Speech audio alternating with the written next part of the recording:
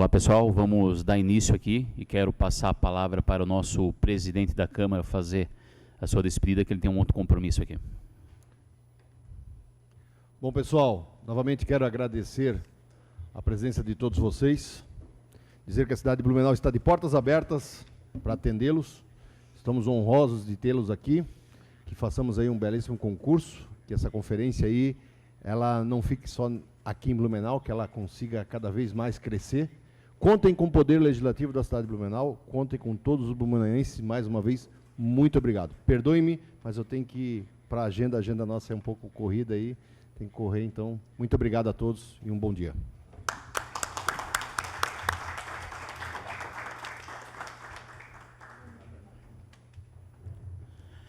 Pessoal, dando sequência, que infelizmente aqui tivemos um pequeno problema, vou pedir para o Jonathan passar para nós o vídeo do Simone e dar sequência nos vídeos, tá, Jonathan? Por favor.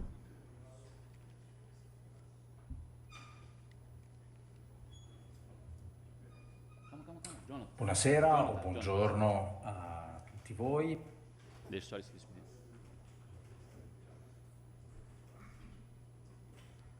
Obrigado. Buonasera o buongiorno a tutti voi, mi presento, sono Simone Monetti, segretario nazionale di Union Birrai. Union Birrai è l'associazione di categoria dei piccoli produttori indipendenti di birra artigianale in Italia, sono anche l'organizzatore di Birra dell'Anno, concorso italiano dedicato alle birre artigianali. Abbiamo appena tenuto la 18ª edizione a Rimini con numeri da record, abbiamo registrato 2227 birre iscritte da 305 birrifici artigianali italiani. Oltre al saluto a tutti voi, ringrazio tantissimo l'amico Dag Merlo per l'invito che molto gentilmente mi ha rivolto di partecipare a questa prima convention degli organizzatori di concorsi birrari mondiali, a cui purtroppo non ho potuto partecipare per motivi strettamente personali, me ne dispiace tantissimo.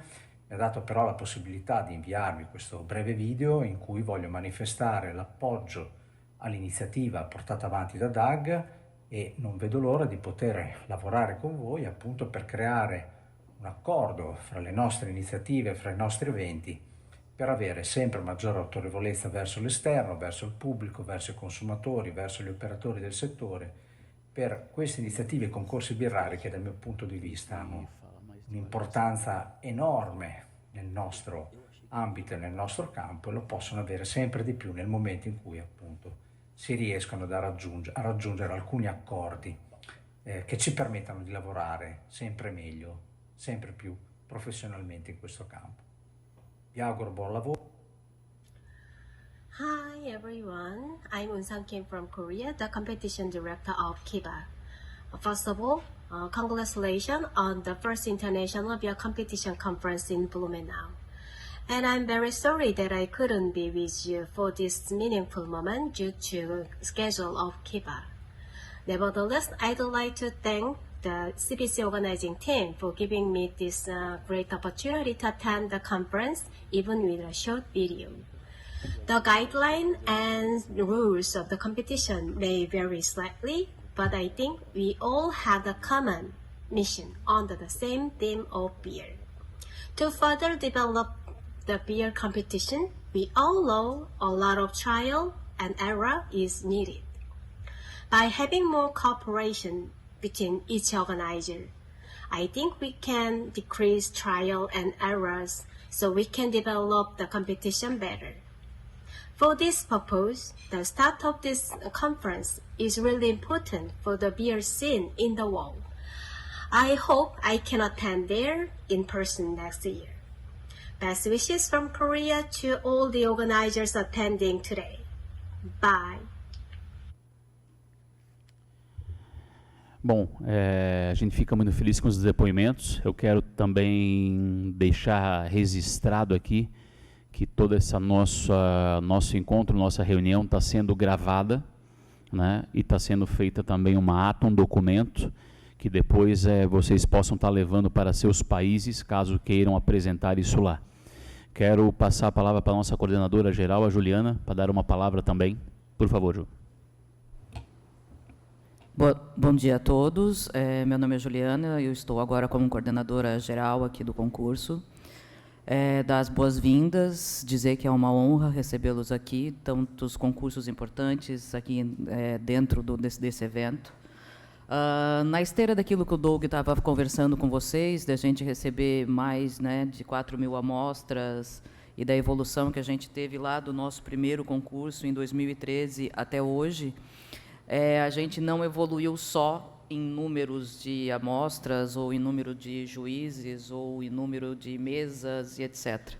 A gente evolui, e essa é a nossa... A gente gosta muito de evolução dentro do concurso, e de novidade. Esse é um desafio que o Develon passa para nós diariamente, de metas e etc.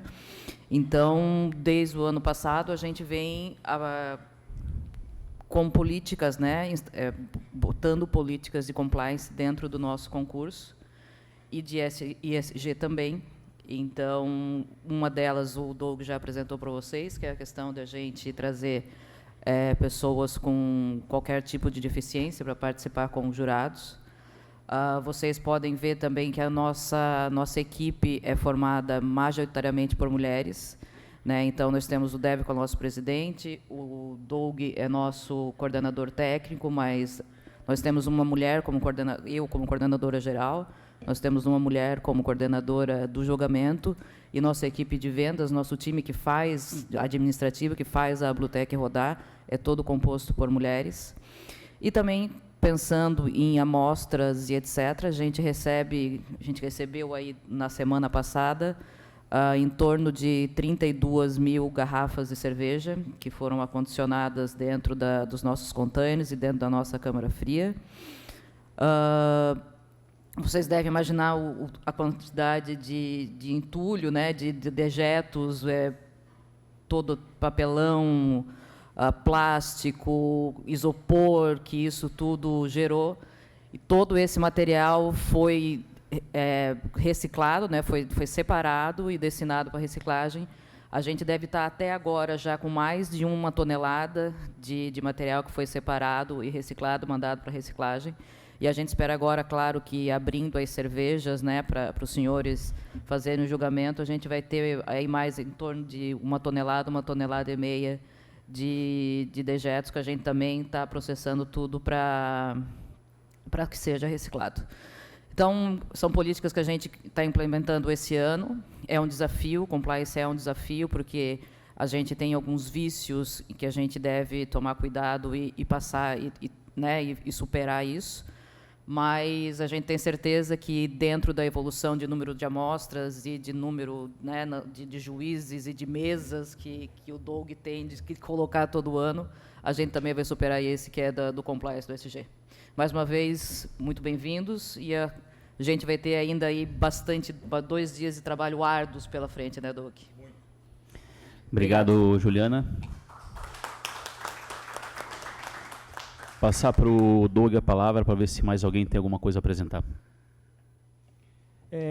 Eu gostaria de perguntar se alguém aqui tem mais gostaria de fazer alguma apresentação sobre seus números, sobre suas dificuldades. Fiquem à vontade. Luke.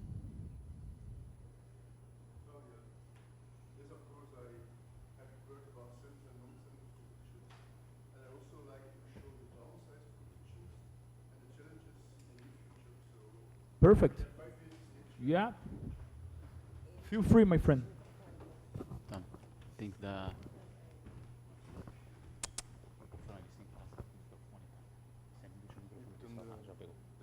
E orienta para ele ficar naquele ponto preto ali.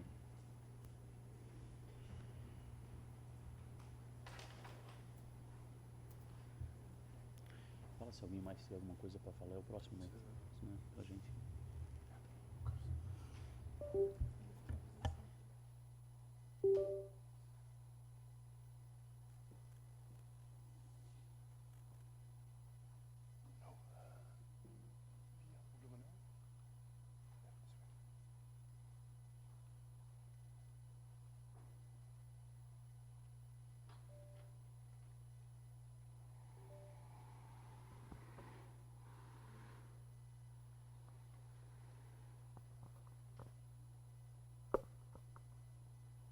Okay, just the first part I'm going to skip because I did a presentation when we started, But I like to speak about the sense and nonsense of beer competitions, also from the brewer side and also from the organization side.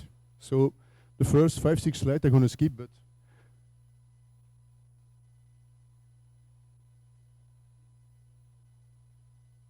okay, this one is maybe important one. At Brussels Beer Challenge, also the France Beer Challenge and the Dutch Beer Challenge, we take a lot of importance of the composition of the jury. We try to have people from different, I'll say competence, because first of all, we don't accept brewers. So 60% are journalists. They are brewing, beer journalists, touristical journalists. Then we have people from the academic world, professors from university, researchers, and other people. We have people also from other parts of the industry, like beer sommeliers, because they are really important, and we give the stage to young people, young talents. That's how we do it. The sense of the competition. First of all, for a brewer, he wants to win an award. That's for sure, because winning an award in a competition, in a good competition, can create marketing opportunities, can create increased sales. We did like a research in 2018, and the brewers are saying, why are we entering beer competition? Because we want to win an award. 50% of the answers. We did some research, and for small brewers, it can increase 10 to 50% of sales. Of course, if you're Heineken or AB InBev winning an award at Brussels Beer Challenge, or in Brazil, or in European Beer Star, it won't change anything. It's just for, you know, to show off and to give like, okay, we are good. Secondly, especially for benchmark, I want to benchmark my beer. If we are sending feedback to the brewers, we are saying your beer is a 10% of your category. Your beer is in the best 10% of the category. And that's what we're trying to do. And the brewer exactly knows I send my beer, for instance, Belgium Triple. There are well-known Belgium Triple in competition. Oh, I'm the first 10, so I don't have a medal, but I did a good job. Shit, I'm number 95. Shit, I have to reconsider my recipe. I have to work again to brew better. The feedback from our jury members are very, very important. We are sending feedback to the brewers, and a lot of breweries, it was like the second reason or the third reason to enter beers. Can I get feedback? Is my beer good? Is my beer bad? What can I do to improve it? And for judges, tomorrow if we judge, think about a brewer. If you are tired in the afternoon, you have some beers, keep writing, keep giving your thoughts, keep sharing your ideas, because the brewer really, he needs it. Especially for young brewers, for small breweries, it's very important to get feedback. And then like the fourth reason to enter beer I was surprised, support the industry. A lot of brewers are saying, oh, I'm sending beers, if I win a medal, fine for me. If I get feedback, fine for me. But my first and only reason, I want to support the industry. If there's a beer competition, if there's a conference, we are happy. They are talking about beer. It's a positive vibe for the industry, for the sector. And that I was really surprised, but for many brewers, that's the main reason. And in Belgium, it's mainly the family brewers and the mid-sized breweries. They are sending beers to just support the industry. It's very, it was a very surprising answer, but I was very proud of it. And now go to the downside. Nonsense. A lot of brewers are saying it's too fucking expensive to send beer to competition. And it's not only the registration fee, but it's just to ship the beer from Brazil to Europe, from Europe to Brazil, from China to Belgium, from Japan to Belgium, from Belgium to Japan. It's very, very expensive, and we can try to do it like our fees are reasonable, I think. If you give like €200 or $200, you can win a medal, you get feedback, you can benchmark. But shipping the beer, it's quite expensive. Second reasons, brewers are not attending too many competitions, too many labels. And in the end, the consumer, the beer consumer, doesn't know the difference between a medal from Blumenau, a medal from European Beer Star, a medal for Brussels Beer Challenge, a medal from Poland, a medal from Japan, a medal from Argentina. They don't know. They don't know, is it worth anything? Is it just like a scam? Is it bullshit? They don't know. There are too many competitions. Third reason not to attend. Some brewers, they answered like, oh, you know, it's a flying circus. And to be honest, I cannot blame them. If I see a lot of friends, most people around the table I know personally, but I see him everywhere. I see him in Japan, I see him in Brazil, I see him in Germany, I see him in Italy, I see him in Europe. It's like an in-crowd. A lot of judges, they know each other, they are good. We are specialists, I agree. Most of them are specialists. But it's a flying circus. And brewers see like, okay, I got a gold medal in a European Beer Star. I got a gold medal, World Beer Cup. I got a gold medal, Brussels Beer Challenge. I got a gold medal in Blumenau. But who judges? The same people all over again. And some people are saying it's just a flying circus. You are just enjoying yourself with our money. And we have to keep in mind, it's not true, but it's a perception. And we have to fight against the perception of like being a flying circus. Fourth reason, I have nothing to win. And I'm going to give you like a nice example. Does everybody know Westmalle Triple? It's a famous Belgian brand. It's a Trappist ale. It's considered as the mother of all triples. You know what's the worst thing that can happen to Westmalle? They enter a beer to competition, they get a silver medal. That's like, maybe worse is even worse, but like a bronze medal for Westmalle Triple, they never enter beers. They win a gold medal, everybody say, it's normal, it's Westmalle. They get a second place, everybody say, oh, they are bad. What's the guy that won? And they will never enter a beer to a competition, is their policy. A lot of brewers with a lot of famous beer, they will never enter because they only can lose, they never can win. Conclusion, to counter that, we need high standards. And I know everybody around the table, we are passionate about beer. Okay, we are also in the business, it's competitions, let's face it, somehow it's a business. But passion and high standards are for me the key to survive and have good competitions. Secondly, we need trained judges. Okay, and I'm not talking about BGCP. BGCP, I like BGCP.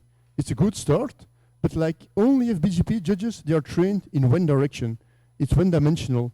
We need brewers, we need journalists, we need beer sommelier, and maybe in the end of the day, we need just like consumers, people who drink the beer every day, and not specialists like we are looking for, oh, what's that smell? What's that taste? What's that aroma? Oh, is there enough flavor? Maybe we need just people from the streets, from the pub, like to just enter the competition and say, oh, that's good, that's bad, because those people are drinking the beer at the end of the day. We need transparency.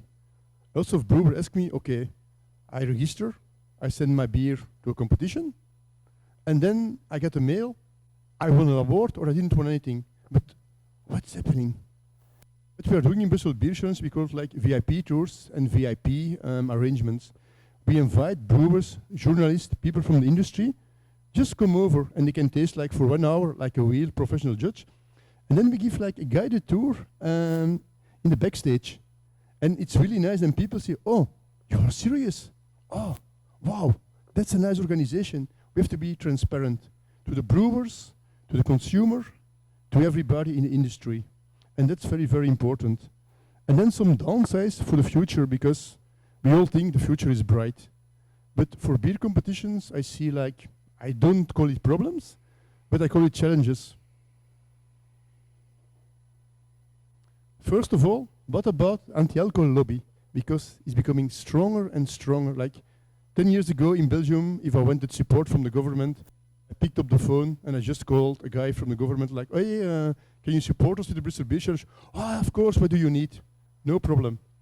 Lately, I called him, oh, look, no problem. And then, yeah, but we have to watch out because some political parties don't like the fact that we support an alcohol event. It's becoming stronger and stronger, and people are like reacting against promotion for alcohol. And a beer competition is promotion for alcohol. And I was really happy. Even in Belgium, that Belgian beer is a heritage? Yes, even in Belgium. I don't know what in other countries, but there is a strong anti-alcohol lobby, and I was so... No, not at all.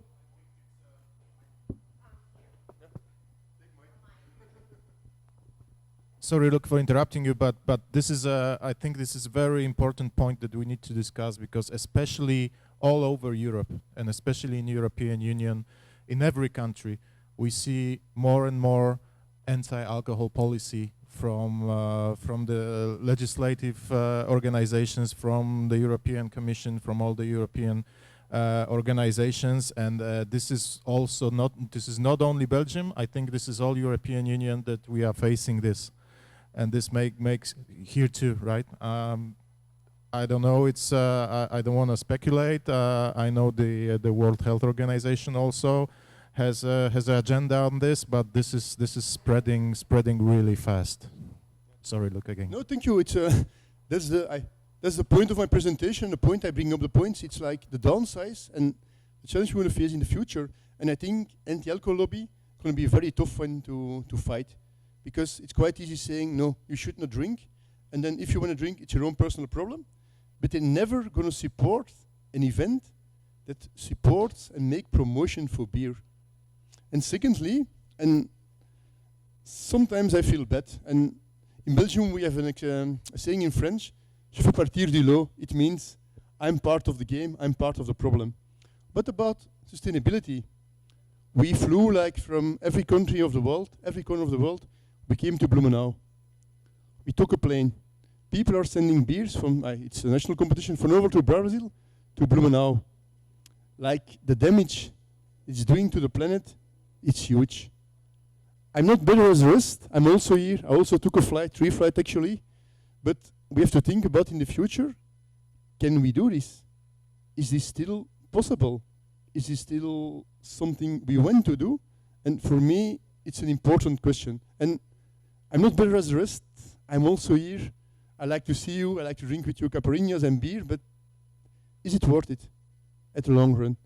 And that's for me the things. And probably there are a few others I don't see. But that's the thing I want to address as like some points of thoughts and some points of discussion.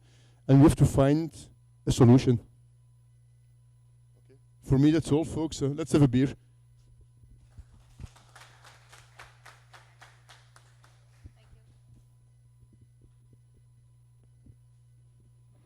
Thank you, Luke. Thank you for the presentation. We have Sergio Cabrera from Colombia, who would like to do a little presentation too.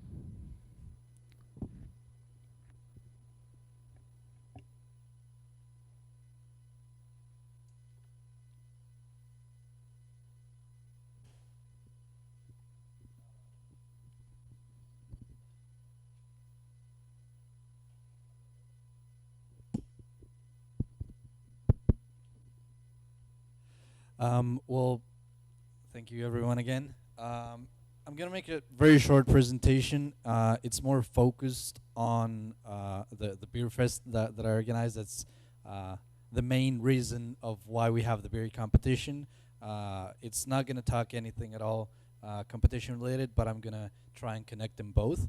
I just wanted to let everybody know that I think we in Colombia have a very special situation right now.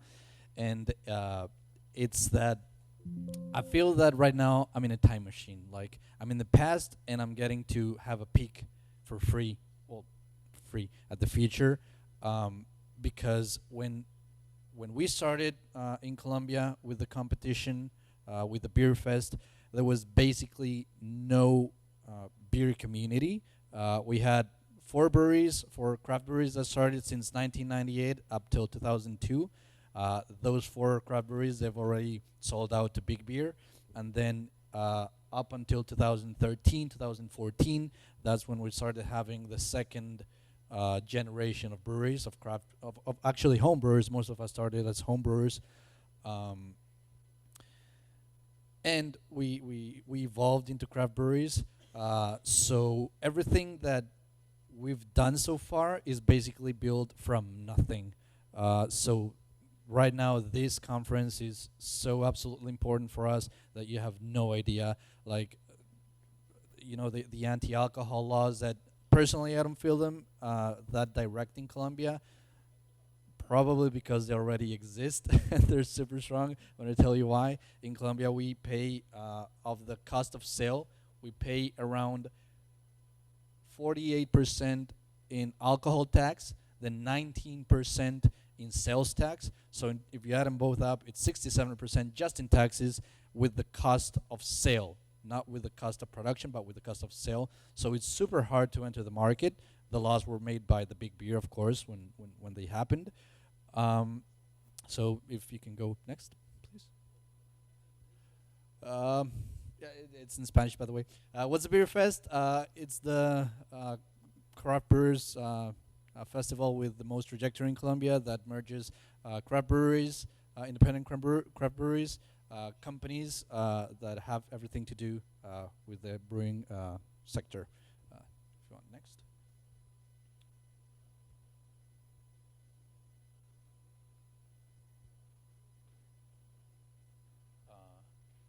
If you do Control L, I think you can present.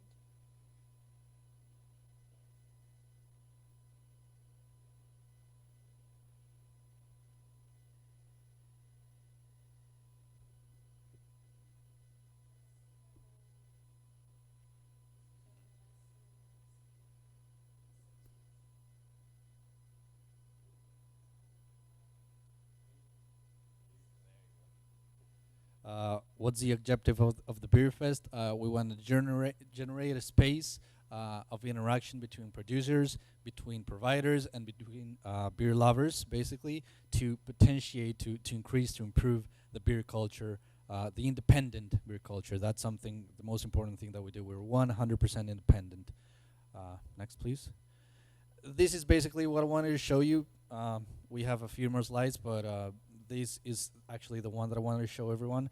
We started in 2014 with 100 people that went to the Beer Fest, and we didn't even call it a Beer Fest. It was just a craft brewers gathering. We didn't even invite any people at all, so 100 people showed up. So we thought that we could make it like a more standardized thing once a year. The next year, I personally printed 215 tickets so that people could enter, and we ended up having around 300 people, so that's why that 215 is like yes but no. And then we still had like over 150 people outside that couldn't get into the Beer Fest. And the exact same thing had happened with the beer competition. The first year, we didn't even register like officially like how many beers were entered into the competition. We weren't officially sanctioned by the BJCP or any standardized way of judging. Then on the second year, we had around like 35, 40 samples, and we've grown basically over the same line period up until 2021 that we had around 500 beer samples. So the growth is almost the same with the people that have been to the Beer Fest in relation to the amount of beers that we've kept on growing. Luckily for us, the breweries have still grown a lot in Colombia. In 2014, we were probably like less than 50 breweries. Right now, we're over 350 breweries that we know of, maybe even more. So this is really important because, as I was saying on my first presentation, we've been a very important part in the Colombian regulation and legalization of the beer industry. There was one time actually on 2016 where I was just greeting people on the Beer Fest, and then in Vima, which is the local FDA in Colombia, they reached over to me and they were like, okay, so we're gonna meet up on Monday at our headquarters because we know that out of all the beers in here, like 10% have legalized documents. So we're not gonna like make any problems for you, but we really want to make everyone be more formalized, more legalized. So ever since then, we've been really working by hand with the local entities. So that's been really helpful for the breweries, for us as a promoter, and yeah, that's basically what I wanted to show everyone. Thank you very much.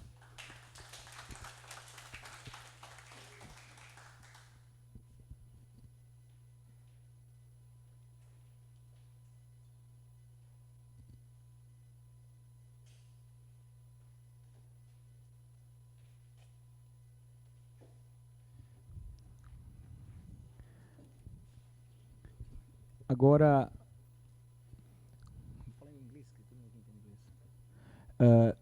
now Killian will do a short presentation about the European beer stars. Please feel free, Killian. Thank you. Thank you very much for your time. Actually, I don't want to talk too much about the European Beer Star because I didn't want to hold this presentation at first, to be honest. But now that I heard Luke's presentation, I have some numbers that actually underline his statements. And I think this was now a good opportunity to share these numbers also with you. Thank you, Luke, because I think everything that you said was just right, yeah. And maybe to get some figures into that, here's some numbers from my side. So I'm jumping over the slides, blah, blah, blah, European Beer Star, we know that.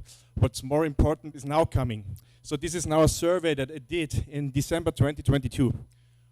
Former European Beer Star participants from 600 breweries, 200 responded. I think this is a pretty good number for a survey. So we have the feedback of 200 breweries from 2022. And what it's saying now, I guide you through the slides. The upper one is like the national responses, while the lower part is the international responses. National means Germany, Austria, Switzerland.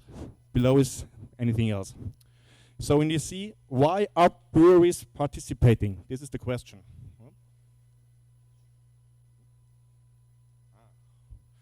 This is now, why are breweries participating? First one is revenue, getting higher revenues. Not that much of a big deal. Increasing of the own perception in publicity. Yeah, this is what they're talking about. We're talking about winning an award. This is what breweries want to do. We're talking about prestige. Yes, we're talking about benchmarking and also quality assurance. And especially quality assurance and international benchmarking is even more important in tendency for international breweries than it is for the Germans. Germans are more like, we want to win. We want to be better than the other. They're more competitive.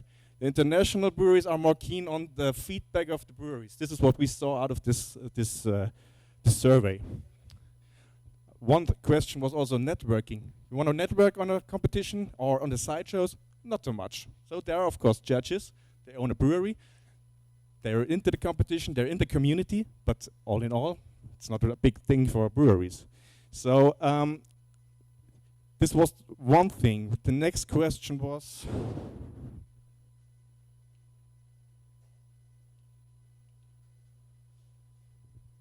we asked the question, guys, in your brewery, who is actually doing the registration? Is it marketing? Is it production? And what we see here is this long column. It's production brewmasters who are doing the registration. It's the CEOs, the management, who's doing it. It's not so much marketing. Marketing is the lowest column. So this is what we are seeing is, why do we do competitions? Do we doing it just for marketing, for publicity, or do we do it for brewmasters and help them with their problems in their daily life? And this is now where we are coming into the game as an association. We have invented European Beer Star actually to support our breweries, of course, in marketing-wise, of course, like shining in the publicity, but also we want to help them quality-wise. So this is also something very interesting that we found. How often do you use your evaluation? Most of them, again, on the top, it's national. Only once when we receive it. Not so much like the first bar says like continuously. The second bar for special occasions. The third bar says once after receiving it. And you see also down international breweries tend to use it more regularly than national breweries do it. And why do you use this evaluation? Why do you use it? Comparison of the jury feedback with my own quality assurance. This is the second bar. Continuous improvement of my beers is also why they use it. And the third thing is, I want to have benchmarking in the industry. So this is a little bit why they're using it. Last year, and this is the lower figure, we introduced a flavor profile in the European Beer Star, like not only given the evaluation, also a feedback description of the beer. 4 points means very understandable, very helpful. 0 or 1 point means not understandable, not helpful. Generally, breweries liked actually the flavor profile, this additional feedback that they gained. So we will start, or we don't start, we will develop it further in the future. How do you see the European beer star, let's say the quality of the feedback, which actually most of them said that was pretty okay. How happy are you with the evaluation of the European beer star? 4 points means very good, 3 points means still good, 2 not so good, 1 point is not good at all. So you see tendency, we're okay, but still some points to improve, especially regarding the feedback, and this is also what Luc said, write some feedback. Breweries want to have more detailed feedback, not long stories. Not like, I don't know, homebrew competitions. Oh, it's like the diacetyl, this could become from here and there and here and there. That's not interesting. But short sentence, what is it that is not good on your beer? What is it what is good on your beer?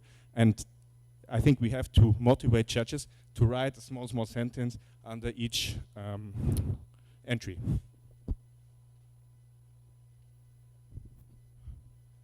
And this was also one point that Luc was saying.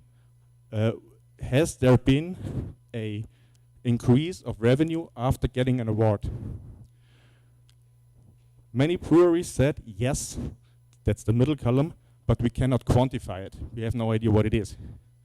Then there was a rather high amount who were saying between 1 to 25%, and maybe 40% said no increase at all. And what again, on top, national, low, international, the tendency is more or less the same. So you can say like 40% of the breweries say no, they don't have an increase, 60% roundabout have an increase, and we're talking about 1 to 25%. No. The survey was anonymous breweries, so anonymous. We didn't know who was sending the answers. So this is all the information I got. So this was now just a quick feedback from my side, because Luc was telling this, and I thought, okay, I have some numbers that underline actually what Luc was saying. So I was not really prepared for this. This was spontaneous. So hope you get some insight, and maybe it's a good starting point also for discussion and further improvement. Thank you.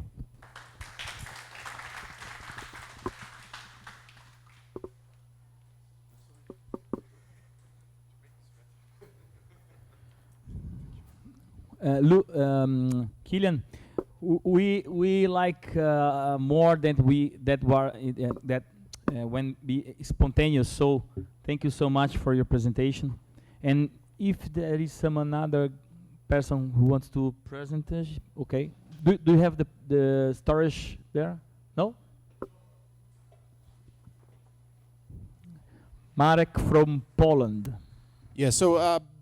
I'm not gonna present because actually my couple of slides were more or less the things that I've already said. But as you said, the spontaneous discussion, I want to reflect on things that both Luc and Kilian said, because as Kilian said regarding Luc, we observe quite the same in Poland. So that brings us to the situations that I am adding another voice that we probably in many countries we have different competitions, slightly different maybe brewers mentalities, but we are facing the same, more or less the same problems.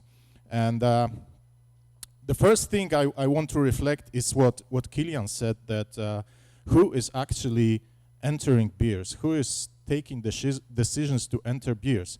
We actually in Poland, we work quite a lot with the breweries to convince them that they should advise the brewers and the production on the beers they want to enter.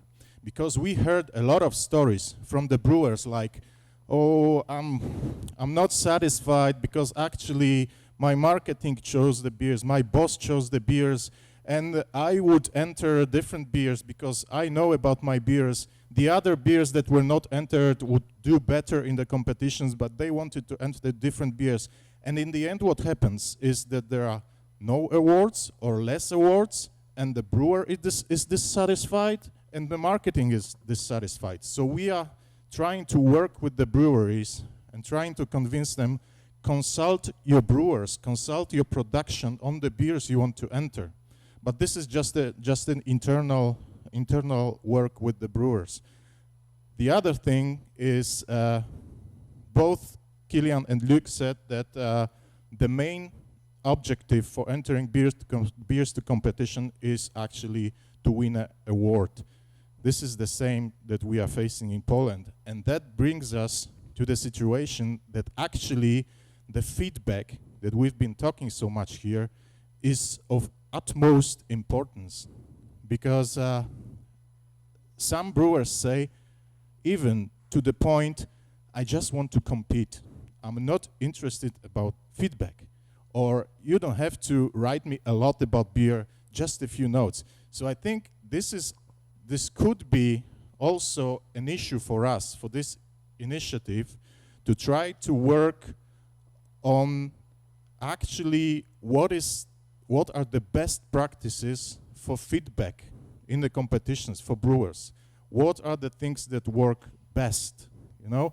Because there's no point writing long stories about beer if the brewers don't want them, if they are only in the competitions to compete and to win an award. This is, as Kilian said, this is not a homebrewing competitions that we are talking about.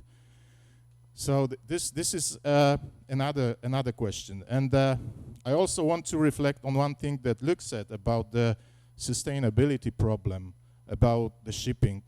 This is, I have to admit, this is in Poland, this is when we speak to brewers, this is one of the main problems.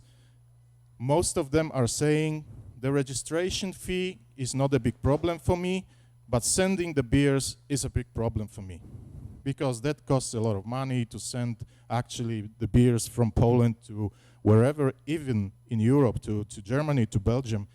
So what we are coming with, and this could be another point of interest, another point of discussion for us. Starting this year, we started to work with the European Beer Star on a joint shipment in Poland. So our association, the association I am leading, we came with the proposal to the brewers. You enter your beers, you do your part. Of course, you pay the registration fee, you do all the work, but we will collect all the beers in Poland you want to enter, and we will prepare a joint shipment, and we will take care of it. We will take that problem off your chest. So, simple. I know it's been done before, of course. There are collection points in the States for European Beer Star, for instance, and stuff like that, but this is also, I think, very simple, but could be very convenient for the brewers to increase their participation in competitions. Thank you.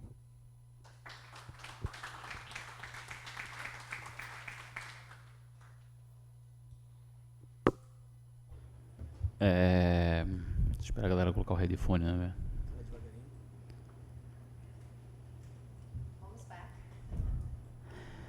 Eu acho bem importante essas pontuações. A gente já entrou na segunda pauta, no segundo item, que são as dificuldades. Então está aberto a falar dessas dificuldades.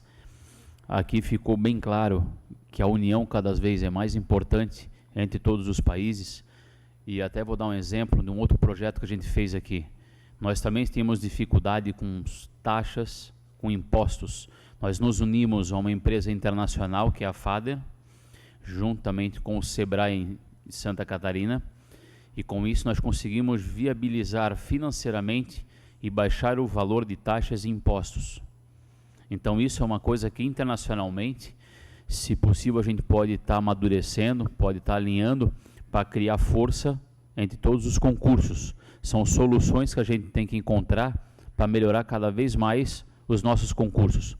Porque nós no Brasil também temos esse problema por ser um país extremamente com distâncias gigantescas. Nós temos essas dificuldades. E achamos até uma solução também de fazer uma parceria com uma companhia aérea. E isso nos ajudou muito a ter mais inscrições para essa edição, que foi a Latam. Então, esses debates são importantes para a gente encontrar soluções para os nossos concursos. E bem pontuado, como o Luke falou, como o Kylian falou e como o Marek falou. Entra a sustentabilidade também, que são coisas que a gente pode nos ajudar um ao outro e dar esse feedback de um para o outro, fortalecendo cada vez mais. Quero deixar aberto para se alguém quer falar mais sobre dificuldades sobre o concurso, já estamos nessa pauta, só se pronunciar, se manifestar e fazer o uso da palavra.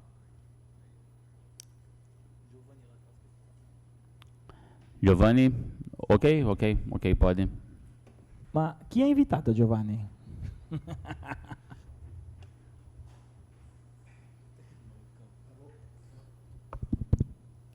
Giovanni, please. Vou falar em inglês, tá bem? I just want to share with you some reflection after the very interesting speeches from Luke, from Marek, and from Kylian. From my perspective, I have been a brewer for 15 years, and I've competed in many competitions, not only as a judge but as a competitor, and I won quite some medals. I won quite some medals, and I want to share with you what are the challenges, in my opinion, from a different perspective. So the perspective of the brewer that compete in competition. First of all, talking about us, it was not to increase the sales. This is never going to happen. With medals, you don't increase the sales. You just increase the prestige. This for sure. And depending on the market that you are aimed to, if you aim to the very niche market of the geeks, okay, medals can increase the reputation of the brewery. But if you aim at a broader, bigger market, not at all, because people, they are not aware of what a medal is. There are so many medals on the market, and any beer, even a bad beer, can win a medal because there are fake, let's say, fake competitions. No, there are competitions that awards more than one medal, so they don't follow the Olympic rules. They give bronzes, golds, and silver. So you just pay the fee, and most likely you'll get a medal. So what I want to point out is it's very important that the organization of the competition it is linked with the beer culture organization. Let's say just like in the U.S., the Brewers Association promote the competition, the World Beer Cup, and the Great American Beer Festival. So this is very important. From my point of view, if we want to give to craft beer a chance in the future, we need all together to unite and to make people understand what is craft beer, what are the key values of the craft beer, because this is not just about talking about styles. Nobody cares about styles, only the geeks or the passions like we are. And you were very right, Luke, when you pointed out that there are lobbies, non-alcohol lobbies, and those are the challenges of today and for tomorrow, because new generation, they don't drink alcohol, or they drink very little alcohol. So priority for us is to explain to people that we are not selling or promoting beer, but we are giving them an experience. What is a beer style? It is an experience. I'm not talking about Weizenbier or Saison. I'm talking about this specific experience of flavor and taste and journey in this, like Catarina Sour, it's a journey to Santa Catarina. This, for me, is the key point. Because people outside of our niche, they don't understand. They just think, they still keep thinking about blonde beer, dark beer, and so what? So we need to go beyond these limits, in my opinion. And so I think that the cultural point is a paramount importance, cultural, and to explain to people to go beyond our limits. Thank you.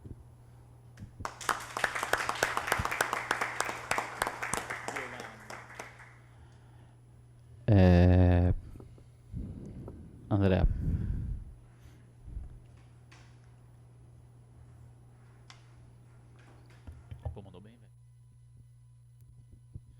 Good morning again. I took some notes, very, very interesting points. As I mentioned before, our contest, our competition is focused only on one style. It's a tiny competition, but for us it was important, since from the first edition, to give a quality to the competition. For us important because I think a brewer must recognize quality in a competition. So we started with an international jury. Most of the judges are from Italy, okay, but we invited also judges from other countries. We found a good environment for the testing session, okay. And so this is important because I'm a writer. I write about beer, and I receive every week press release about fake competitions that Giovanni mentioned before, and there is a lot of bad competition. So it's important that the brewers and the public can recognize the quality of a competition. For me, it's very important. Second one, before the first edition of our contest, our competition, we took notes of the all Italian grape ales produced in Italy, and we found about 2,050 Italian grape ales, not regularly produced. And we receive more than 100 entries at the first edition. It's a good percentage if you think about the total.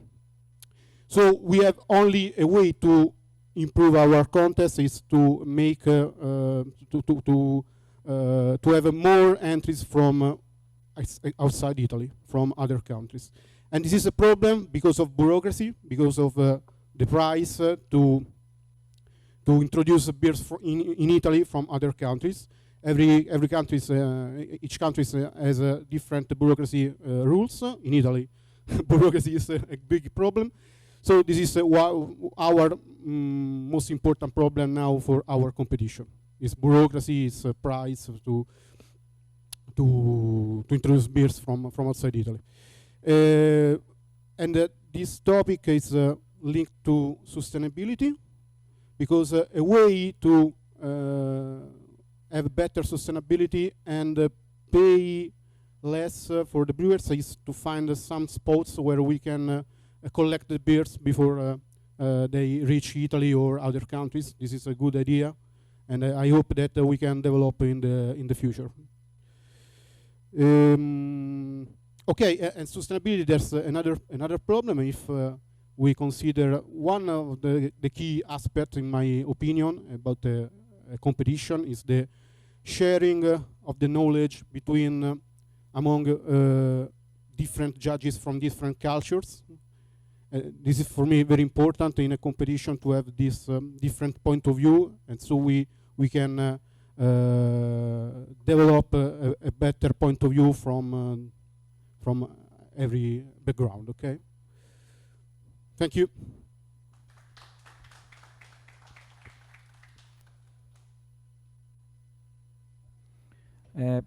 Headphones, please.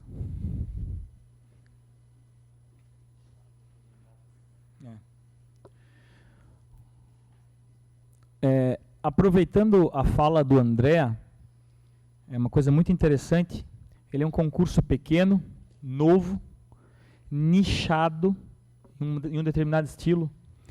Quando ele criou o concurso internacional de Italian Grape Ale, eu tentei fazer a ponte de algumas cervejarias no Brasil que fazem esse estilo para mandar para lá.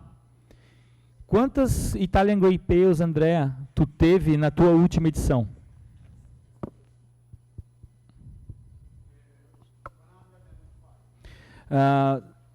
105 Italian Grape Ales na competição dele.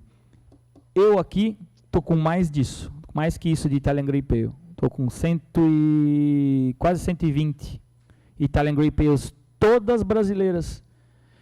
E é essa ponte que eu quero fazer. Eu quero pegar essas cervejas aqui no Brasil, essas Italian Grey Pales, e levar lá. Ganhar um concurso mundial de Italian Grey Pale, porque nós aqui fazemos muitas Italian Grey Pales. E eu só criei essa categoria para esse ano, 2 categorias, Italian Grey Pale e Sour Italian Grey Pale, porque ano passado eu via os cervejeiros, e aí a gente fala do que o Killian estava falando, os cervejeiros não sabiam onde colocar as amostras, porque não tinha uma categoria exata para uma Italian Grey Pale. E esse ano, juntamente com o Devlin, conversamos, vamos criar essa categoria e foi um sucesso. Idem para Brut Beer. Brut Beer esse ano também vai ter uma categoria. Tá? Então, só pegando a fala do André. Sobre os outros problemas, o Devlin falou dos problemas de envio. Nós temos os problemas que vocês têm na Europa, de mandar da Polônia para a Alemanha, ou da Alemanha para a Bélgica, nós temos aqui entre os nossos estados. Ir do sul ao norte do Brasil é mais longe do que ir do Brasil e atravessar o oceano e ir até a África. Só para vocês terem uma ideia. Somos um país muito grande. Então, enfrentamos esse problema aqui também. E quando nós fomos até a Bélgica e até a Alemanha, Barcelona, promover parcerias, era principalmente, um dos pontos que conversamos com o Killian, com o Luke, por exemplo, era de criar pontos, o Marek falou, pontos de coleta aqui no Brasil. O Brasil, todos os estados, todas as cervejarias no nosso país que quisessem participar do European Beer Stars, do Brussels Beer Challenge, mandassem as cervejas aqui para nós fazíamos um ponto de coleta e ajudávamos eles a enviar as cervejas para fora através da FADER, que é um parceiro nosso. A FADER é uma empresa de internacionalização parceira nossa. Então isso para nós foi um ponto muito importante, inclusive tivemos medalhas tanto no Brussels Beer Challenge quanto no European Beer Star de cervejas que usaram a nossa ajuda no ponto de coleta. Tá? Acho que, não sei quem foi, se foi o Marek, não lembro. Fakes competitions, né? As competições que vocês sabem que surgem. Foi o Giovanni. Giovanni falou da fakes competition, né? Surgem competições toda semana. Toda semana tem uma competição nova. E essas competições prezam ou não prezam pela qualidade.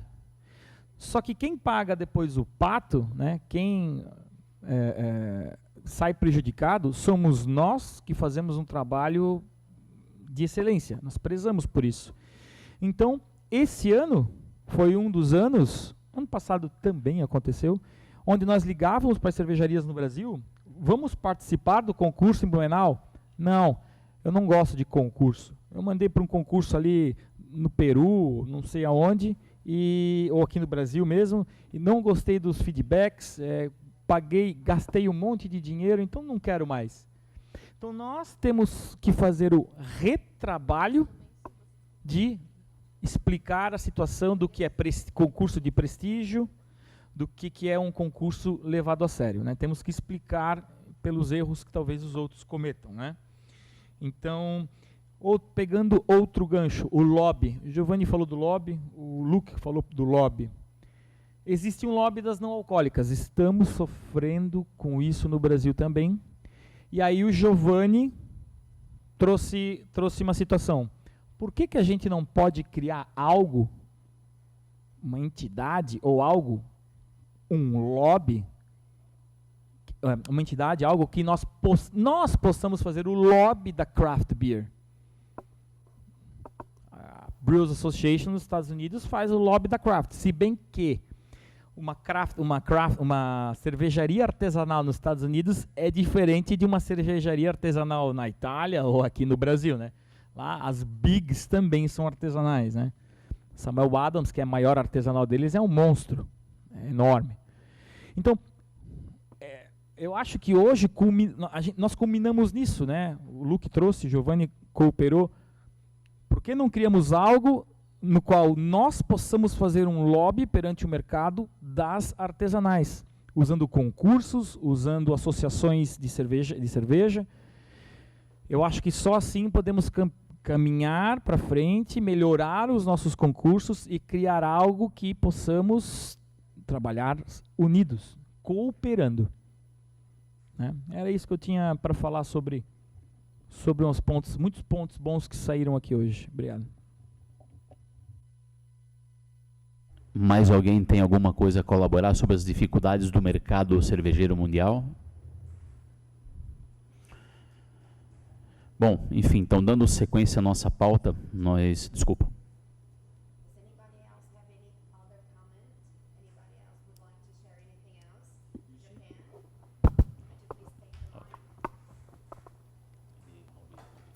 Thank you. I'd like to talk about the feedback. Okay.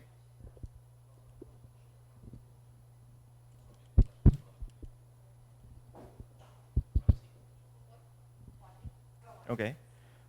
Feedback. I'd like to talk about. We in Japan believe our competition has gathered relatively many comments because we have our original judge training program. They're teaching write as many as comments. If someone left a poor comment in the competition, who might not invited next time. It's a very strict rule. So, and as well as an international judge, unfortunately. So, and about comments, and original category in the competition is, I think, is very important.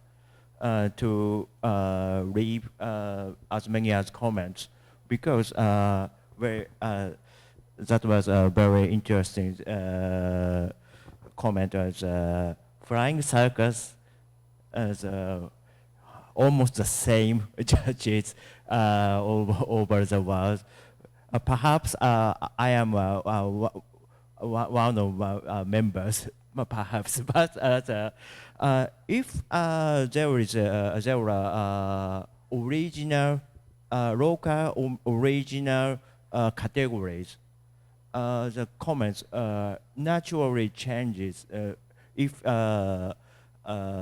judges are almost the same as a country. So the original categories are important. So for example, we have category of sake east. So natural, very natural, because our original liqueur is a sake. And for example, tea leaves beer, tea leaves, green tea or oolong tea. Or so for those categories, judges maybe feel free, relatively feel free to write comments, because it's not traditional categories. So that's all. Thank you.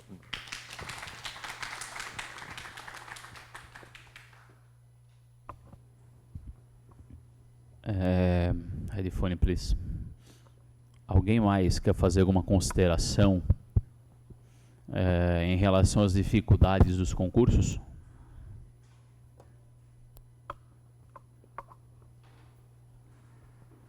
Given the fact that there are a lot of incoming new competitions, and some of them are, like you say, fake or don't follow strict guidelines, maybe I'm getting ahead of myself, but to the point 5 of the agenda. But I think a first step for us would be to have a calendar of our competitions, because even ourselves sometimes find each other not knowing when the competition is. So I think that that's a simple thing to do all together, to all promote our competition as a whole, as the year calendar, and I think it would be beneficial also for brewers. Thanks.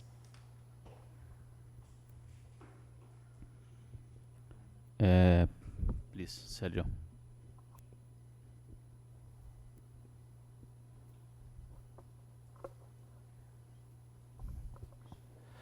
Thank you very much. As Nicolas just said, I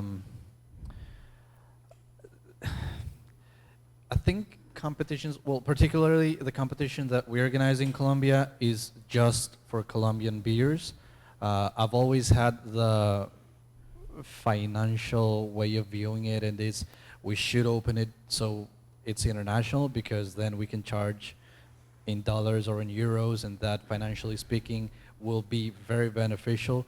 But not just romantically speaking, but also, like, I guess responsibly speaking, I personally don't feel that it's the best idea for me in Colombia to open it internationally, because we need to have this one competition, just like in here, that's only national beers. No, hold on. And my point is that it is, as Doug was mentioned, I feel that it's a two-way street. Like, how can we as a competition in Colombia help the breweries get outside? And how can we improve the quality of the beer competition within Colombia? Give me a second. And the other thing that I wanted to mention is, right now I have more of a question rather than an answer, and I don't think that's necessarily a bad thing or a good thing. Originally, the main purpose, the main reason of why the beer competition came to be was because we had a lot of challenges quality-wise. We noticed that many breweries had so many problems or opportunities to improve, and they didn't have somebody to tell them, you know, like, you have the acetyl, maybe you could try to do this and that. So the original purpose was to improve quality. Right now I'm thinking, what is the purpose right now, since quality? Of course, there are always going to be breweries that want to improve their quality. There are some breweries that want it for the ego. There are some breweries that think it will improve their sales. Whatever reason, I don't necessarily feel that it's too important, because somebody's going to have a different perspective always, a different target or way of viewing things. But what's the purpose right now of competitions? Is it ego? Do we want to be different within a very tiny segment of the market that we're already completely different from the rest of the beer market and the consumer of foods economy? But do we want to be different? Like, that's the main question that I have right now. And regarding the quality seal, I think that it's a great idea, but that also leaves me with a lot of questions, and it's how can we assure that quality within the beer competitions? How do we ensure that we don't have imposters, you know, like those certain beer competitions that you just pay and you get an award, or that claim to be something that they're not really? And like, what are going to be the parameters of who can make it and who can't make it? Is it just meeting some requirements of, oh yeah, we're only craft beers, or how can we assure that? Because that to me is the biggest challenge that we have right now. Thank you. On the calendar, I didn't mean to put it with the quality label, but to the quality seal. I just only meant that having the dates known to everyone. It doesn't matter if your contest is local, national, or both. It's just to get to your brewers to also know what's the agenda for the year, and that's it. So, talking about a seal or a quality seal, there is one good seal in Europe. It's given by the European Beer Consuming Union. It's a pity that Simone is not present today, because it's part of it. And since more than 15 years, the European Beer Consuming Union give like accreditation or endorsement to beer competitions that are working along their standards. And when we started up Brussels Beer Challenge many years ago, I really printed it, put it on my desk, put it beside my bed, and I was really using it to put up high standards.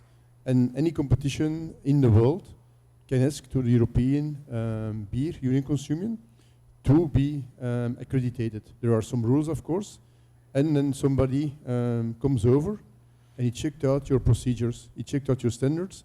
If you're high enough, then you can get accreditation. So the seal actually exists. It started in Europe, but it shows worldwide. And Kilian has it. The people from BA, World Beer Cup has it. We are having it with all our 3 competitions. Italian competition has it, like Biro Delano has it. So you can just ask it. You get like some control, some check. If you are working at the procedures, you get accreditation, so it exists. So for me, there is no need to reinvent the wheel or hot water. It already exists. It's just to make it more visible and more known to the big public. That's all.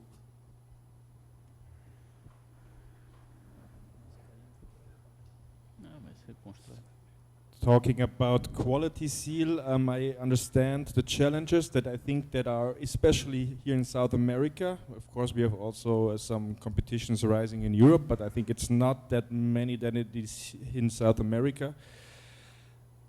I think one point is it's a little bit difficult to give yourself a seal. So if you're saying we're giving ourselves now a seal and we're good and the others are bad, it's like, okay, this is a little bit difficult. Then second point is, we are all having trademarks. We are all giving awards to breweries. And we ourselves have already troubles transferring this award, the quality and the value of this award to the consumers. This is almost a task that's almost impossible for us. And now in creating a new seal and transferring to the consumer or for the breweries the value of this new seal, I think this is very difficult. I think this is a lot of work, which and a lot of effort for not so much output. What I believe, in order to convince breweries, especially first of all breweries, the breweries are the transporters of our awards. We have to do a good quality competition, high standards. This exchange is very valuable. Yeah? How do other competitions, what are they doing? But I think we have to work on our own competitions in order to transport the value of our brand. And then we have the ambassadors, and the ambassadors are the breweries. And I think for us, as competition, it's almost impossible to get to the consumer. Because imagine, I don't know how it's in other countries, but in Germany you see at the label of a brewery, of a beer, and you see there is a organic production label, there is this label, and there is a medal, and so on and so on. The customer, the consumer is confused. He doesn't know what this means. He doesn't know the value of all these labels. And now inventing a new seal, I'm skeptic that this is worth it, just to say it like this. Hi. Well, I'm going to continue with Kilian's topic because my understanding of the seal was more for the competition, right? Not for the end consumer. I think the seal could be, if we can make an organization of competitions and so that the breweries know which competitions are very well organized, have a prestige and so on. I think that would be on my point of view, the importance of having a seal of what are good competitions and what are not. I mean, so that we keep the fake competitions out of that, maybe. But yeah, locally, our competition should be the promoter of the winners of the beers in each region, like here in Brazil or in Mexico. I think that's where we should strive to put our name so that the consumer can know in Mexico, for example, that Copa Cerveza gives the awards to the best beers in Mexico. And another thing I want to pick up from Sergio was the quality feedback. From what I see is that when the market is like a mature market, like Europe, Germany, Belgium, you guys make very good beer, so you don't have quality issues because you have been making beer for more than 100 years. So That's why maybe the brewers don't want the feedback really. It's more on the favor profile. But new markets like Mexico, Colombia, I don't know if still Brazil can be considered like that. We can have both sides. We have breweries that dominate the quality and they make very good beer. But then also new breweries that have been only 1 or 2 years in the market and they still have quality issues and quality problems. So we had the same thing at the beginning. We wanted to make the competition like a filter for good or bad quality beers because it was damaging the market that a brewery was promoting his beer and it was really a bad beer. I mean, a contaminated beer or some with some defects. So I think, well, that's a question we just need to think and maybe adapt to where the market is or where the competition focus, if it's a new market or not. And we haven't talked about judges, but I think that's on the point 4. I don't know if we should bring it now or wait for it. Just a word to add to that, discussing about the seal, maybe, because I'm hearing different voices here about the seal, but maybe instead of a seal, another proposition, another idea, maybe we could talk about something like a league of competitions, let's say a golden league of competitions, and then you don't create a separate seal. So all the competitions use their own seals, their own brand names, their own brand trademarks and stuff like that, but they are free if they qualify, if they are run according to some regulations that we all agree on, then maybe they can use like a Golden League competition sign or something like that, but just the words without an additional seal. Just an idea.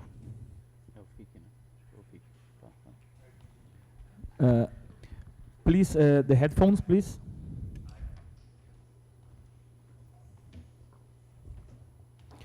Esses dois aqui daqui a pouco junta e pula para esse.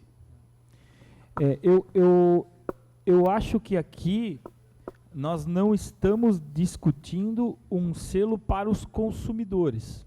Selo para os consumidores. Né? Deixa eu ter uma cara. Exato.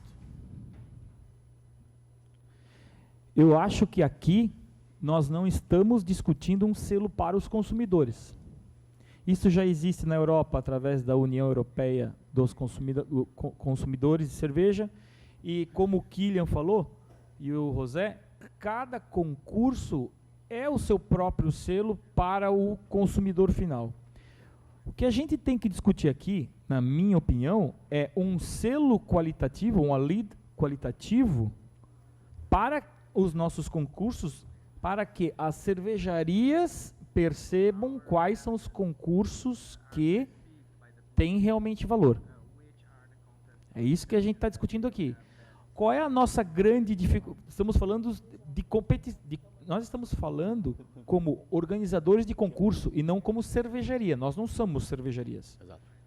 Nós somos organizadores de concurso ou presidentes de associações.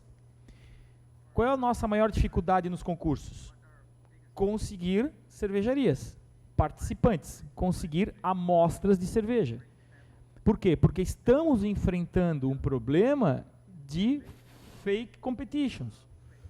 Competições, concursos nascendo a cada semana que acaba dificultando aqueles que já estão trabalhando e fazendo um bom trabalho. Então, na minha opinião, esqueçam o consumidor final. Nós, como concursos, temos que trabalhar para que nós criamos um selo, um lead, para que os concursos acreditem em nós. As cervejarias que ganharem medalha no concurso que tem um selo, cabe às cervejarias trabalharem da forma que elas acharem melhor esse tipo de premiação ou selo.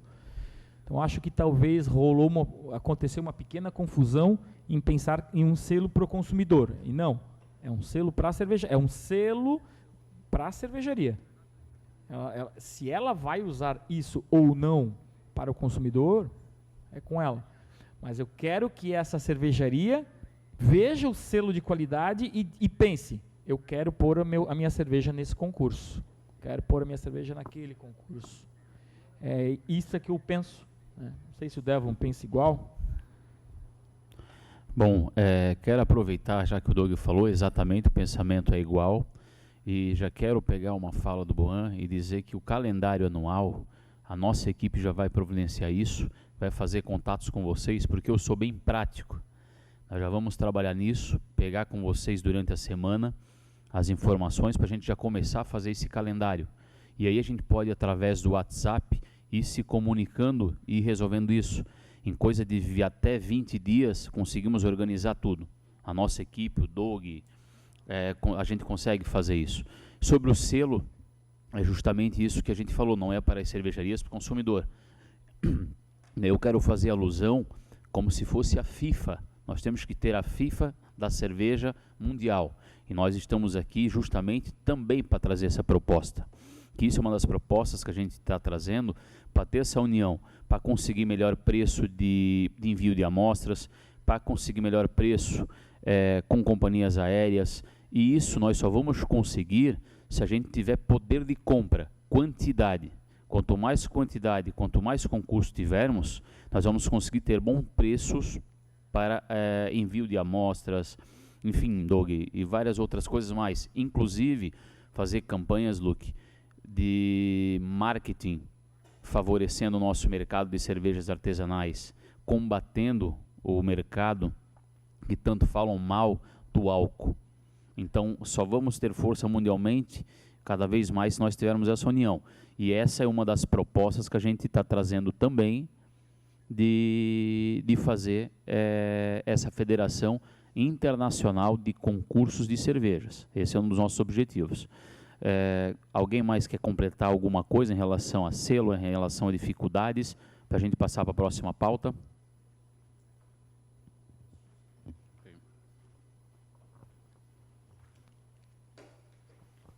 So if you create a seal, it's dual purpose. It's for the breweries, it's also for the consumer. Because once you have like a quality label, breweries will say, okay, it's a good competition, they will send beer. Consumer will know, oh, I see the brand on the bottle, oh, it's listed by those people, okay, it's going to be good beer, it's you can trust the label. So if you do a seal, it's for dual purposes and not only for the breweries. That's my last comment.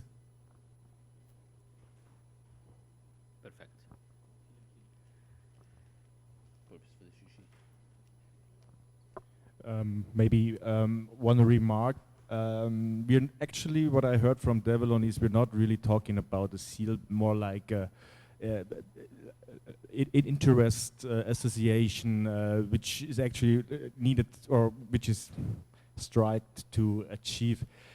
I think topics like anti-alcoholism lobby or fighting them, this is not just about competitions. This is about breweries worldwide. So we're talking now a way broader horizon than just beer competitions. And I'm absolutely positive about working together, and if there are questions, if there are problems, discuss it cooperatively. But I think that like an association of beer competitions is not really the right way, because I think we're just too small and too little to be heard against politics. This is maybe a first step, but I think if we want to really work on these big questions, we have to think bigger. And to think bigger, maybe we have to start also a little bit smaller, and maybe start with, I don't know, some online meetings in special cases. If there's a special event, if there's a special occasion, where we say, okay, maybe we need some consultant internationally. Let's schedule meetings, for example. This is something that can develop, of course, but I think we have to think it broader.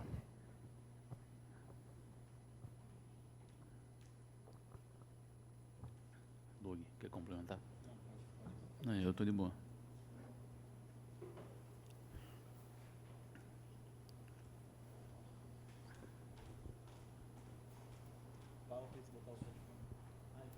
Yes.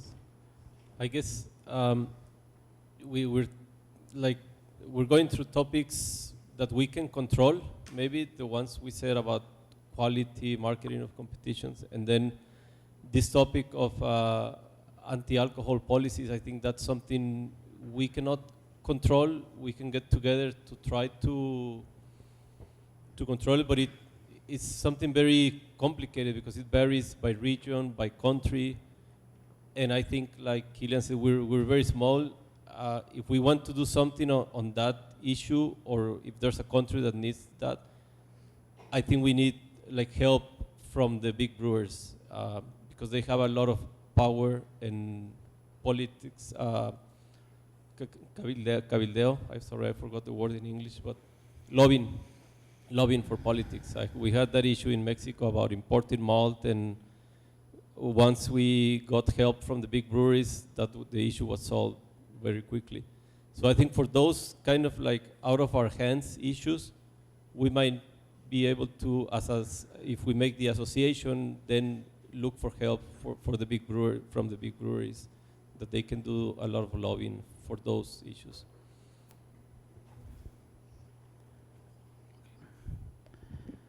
Alguém mais quer falar, Sérgio?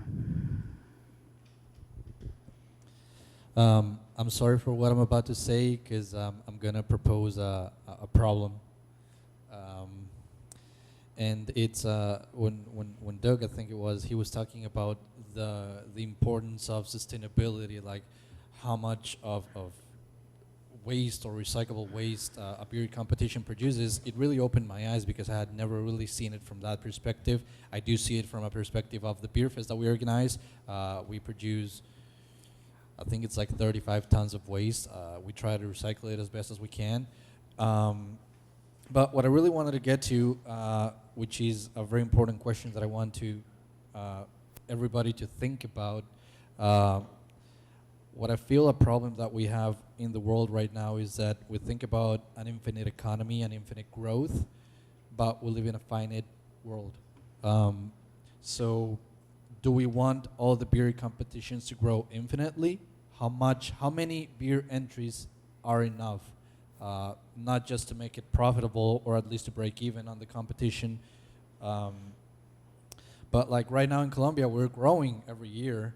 The amount of entries that we have, which to me is a good way of viewing that the market is growing.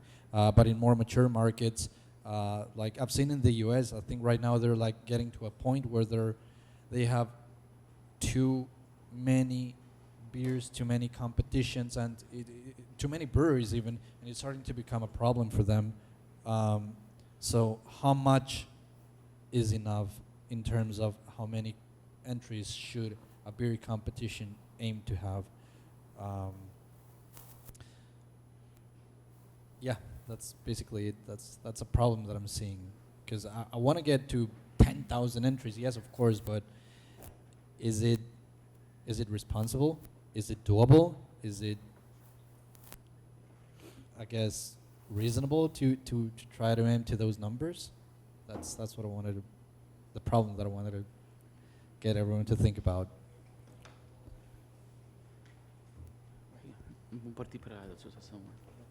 Headphone, please. Acho que sim, né? Uma das... Até para a gente não extrapolar o nosso horário, uma das nossas pautas também, que a gente colocou para todos vocês, era a criação dessa associação ou federação. Então, eu acho que a gente pode também dar andamento nisso e saber a opinião de cada um, se é favorável, se não é e se quer fazer parte. Né? Eu acho que todo mundo aqui tem decisão livre para tomar essa opinião, enfim, mas uma das nossas perguntas enviadas e pesquisas, o objetivo era criar essa federação para a gente poder se encontrar mais vezes, como o Kilian falou. A proposta era nossa se encontrar todo semestre, de uma forma online, de uma forma híbrida ou de uma forma presencial, para a gente poder cada vez mais debater. Isso aqui é o início.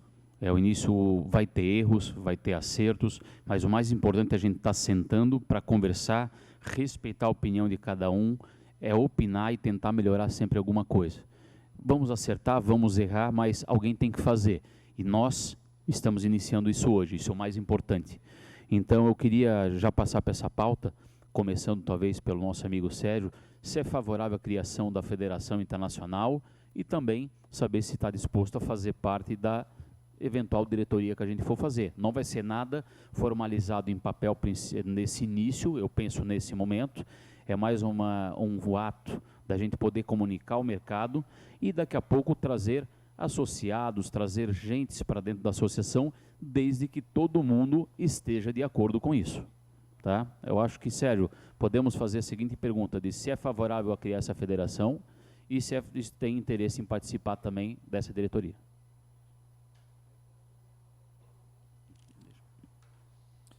Definitely, yes. I don't know if eventually it should have to come to we have a legal, judicial like representation, like a company that exists and pays taxes or whatever.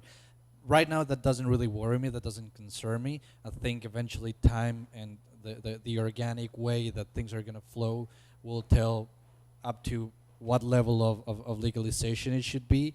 But I definitely think that I don't know if exactly a database of breweries or jurors. I think that is needed. I know that the BJCP already has a big database, at least BJCP judges.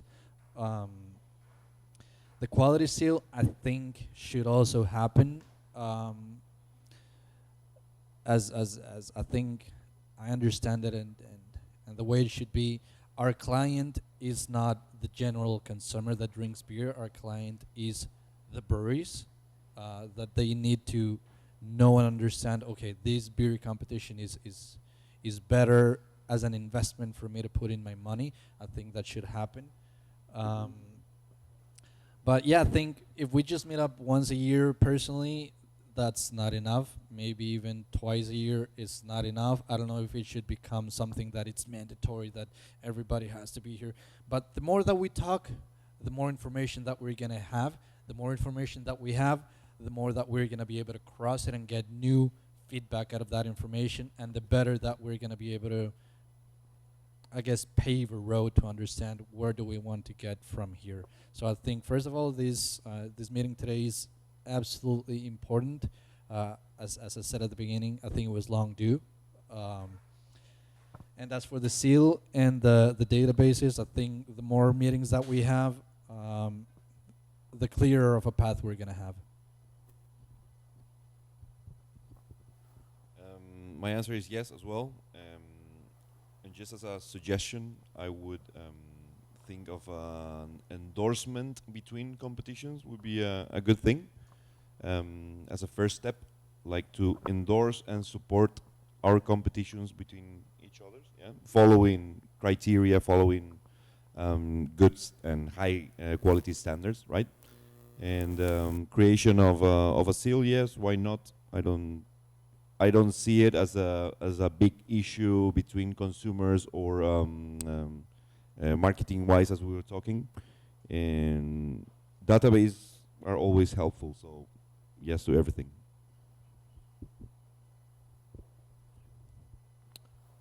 Yeah, I'm also in favor of making this association with those same purpose that you have said, like an endorsement, or making the support among our competitions for the ones that accept international entries. We can be the collection point, and maybe also we can be the first filter of the competition.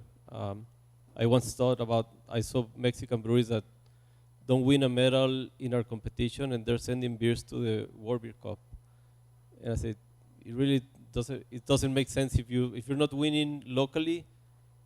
It will be very difficult for you to win internationally. So that can be like a first filter, like you said, like the FIFA, and they make regional selections, right? Not everybody goes to the World Cup. So that's my point, and yeah, I'm open. I think we need to have more regular meetings by Zoom, something like that. I agree with the federation, with the idea of a quality seal. It depends on the criteria that we will set, obviously. But I think there's no problem with our competitions. Okay, so we will see. Well, I would not be here if I would not be in favor of networking and communicating and sharing ideas. So this is why I'm a fan of kicking off something, starting an action. But I think we need to put some more time and thought in it, how we create such an, I don't know, federation or whatsoever. This is why I'm saying informal start, yes. Like formally, I think this is way too early for anything. So I would love to have the exchange. I would love to be part of it. And I also want to point one thing out. Why are we doing this? Why are we doing also competitions? Is because we want to support craft beer. We want to support also the local market for sure. And most of us here are not only doing competitions and somehow associated with events, with trade fairs, I don't know. So this might also be a possibility for shared actions on such events to do something like this.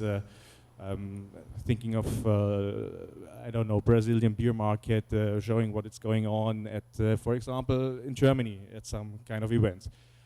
Just to put also this side maybe into discussion and yeah.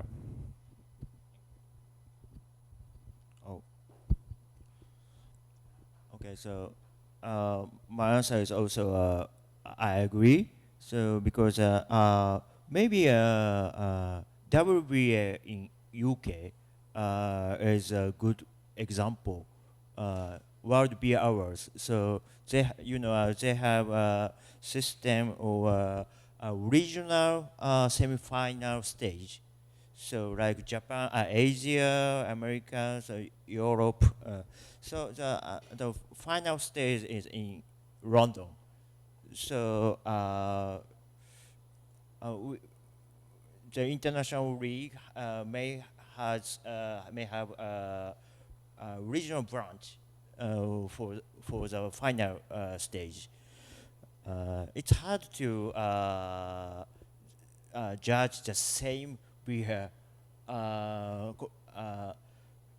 in the over the world. So the branch system may work well. That's it.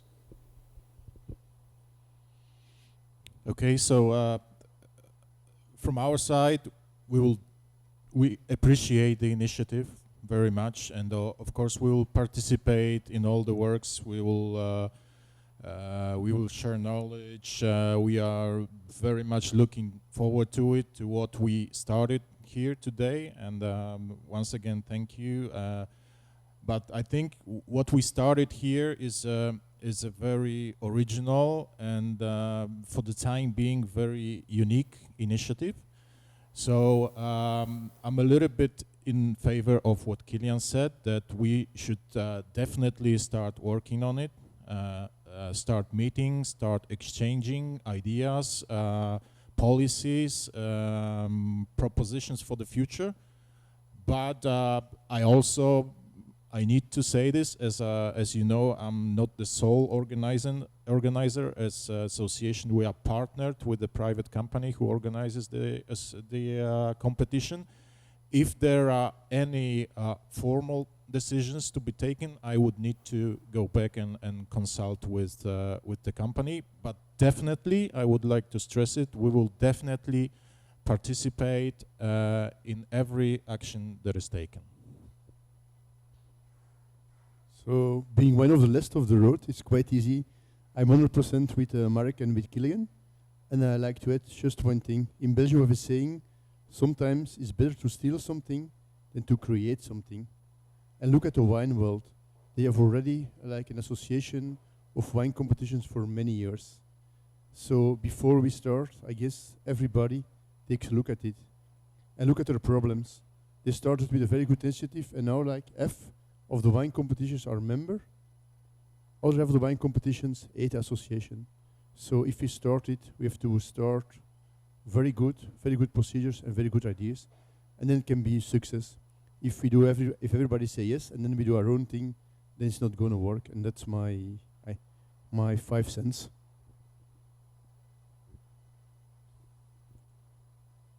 Copa Argentina de Cerveza, Copa Uruguaya de Cerveza, South Beer Cup. Agree?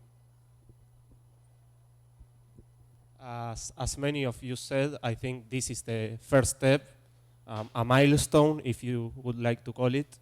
But we have to start working together and to talk. At some point, we will have to formalize what we are doing together. Thanks. The headphone, please.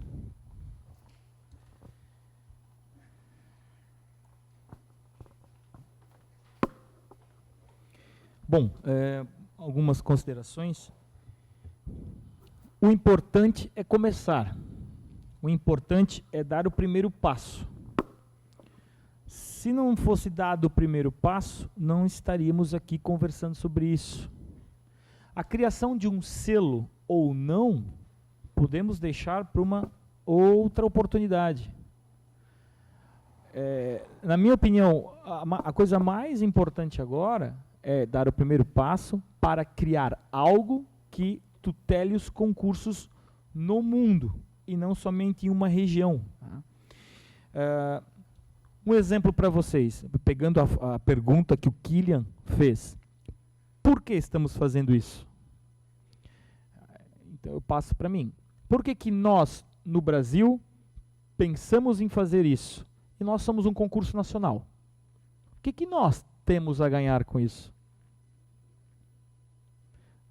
Nós temos a ganhar networking, parceria. Temos muito a que aprender com vocês, da Europa, da Ásia, da América Latina. E eu acredito que alguma coisa vocês também podem aprender com a gente. Então, se vocês pensarem, ipsis literis, os concursos nacionais, ou seja, que não são internacionais, são os que menos vão ganhar com isso. Mas nós sempre tiramos algo proveitoso. Sempre se tira algo proveitoso. Vou usar um exemplo. Como é que no European Beer Stars, ou no Brussels Beer Challenge, ou até no International Beer Cup, na International Beer Championship no Japão, como é que eles vão conseguir cerveja lá do Paraguai? E o Francisco é o presidente da Associação Cervejeira do Paraguai. Ele também é o criador do Concurso Nacional do Paraguai. É esse networking, é essa entidade, né, esse guarda-chuva, onde estão todas essas pessoas importantes, concursos importantes, associações. Por que não? Aí fica talvez uma próxima ideia, Devon. Por que não, mas se caso vier a ser fundada a federação, não proporcionar a entrada de associações cervejeiras de países? A Alemanha e a Bélgica querem ter cervejas da Polônia. Qual é o caminho para chegar em todas as cervejarias da Polônia com o seu marketing, com o seu mail list? Usando associações de lá, parceiras, que estão na mesma entidade que todos. Usando uma competição, a competição cervejeira da Polônia para entrar em contato com as cervejarias, promovendo o Brussels Beer Challenge, ou promovendo o European Beer Stars. Então, acho que nós temos que pensar nesse sentido. Vou usar talvez uma frase até meio usada demais, né? Na minha opinião, juntos somos mais fortes do que sozinhos, minha opinião. Acho que não sei se foi o Kylian que citou sobre os Estados Unidos, ou o Luke, não lembro, peço perdão, porque eu esqueci mesmo. Eles foram convidados para estar aqui, tá? O BA foi convidado, junto com o Chris Williams, né, e o presidente do BA, que agora eu esqueci o nome. Queriam estar aqui, não puderam porque o World Beer Cup agora, né, em maio. Então eles estão muito atarefados, mas queriam estar aqui, poderiam estar aqui discutindo com a gente. Acho que alguém falou sobre os Estados Unidos. Tá? Mas, bom, essas são as minhas considerações finais. Eu acho que juntos somos mais fortes e eu tenho certeza que se essa federação for criada, vai ser uma virada de página, né? Nós vamos virar a chave nos nossos concursos, em todos os nossos concursos, tá? Na minha opinião. Obrigado.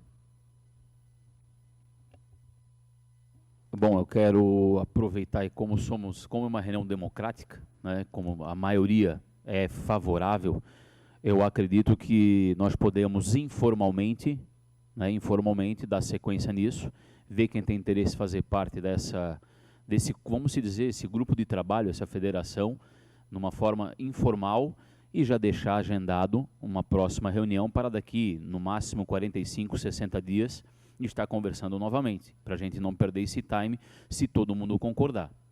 Então essa seria a minha opinião, e podemos daqui a pouco colocar em votação também, se todo mundo, quem quer fazer parte, informalmente, e para quem não quer tomar decisão hoje, podemos aguardar 60 dias, dar alguns dias para depois trazer o retorno. Ó, quero fazer parte, quero estar junto, para a gente poder caminhar e sair do lugar. Eu acho que todo mundo concorda com isso?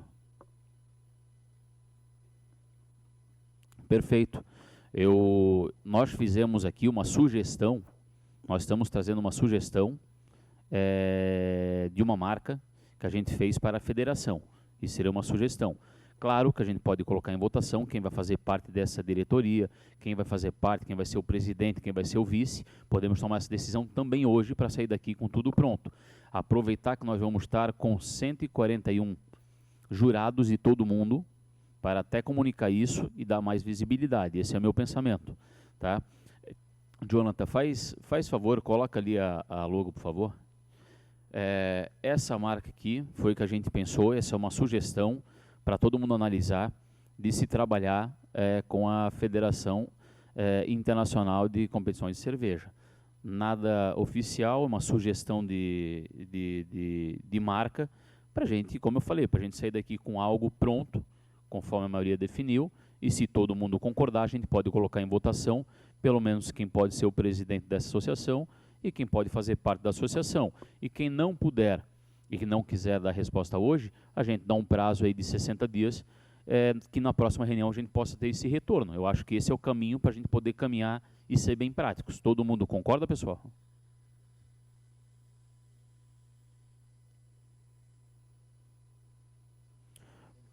Tá.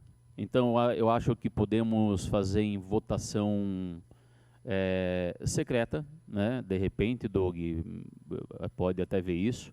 Eu não sei se faz votação para presidente, é uma decisão nossa, se temos que eleger um presidente ou só um grupo de trabalho, né? Podemos, de repente, deixar um grupo de trabalho, não eleger presidente nenhum, diretoria, deixar um grupo de trabalho e comunicar que hoje conseguimos criar essa federação e esse aqui vai ser o grupo de trabalho a partir de agora.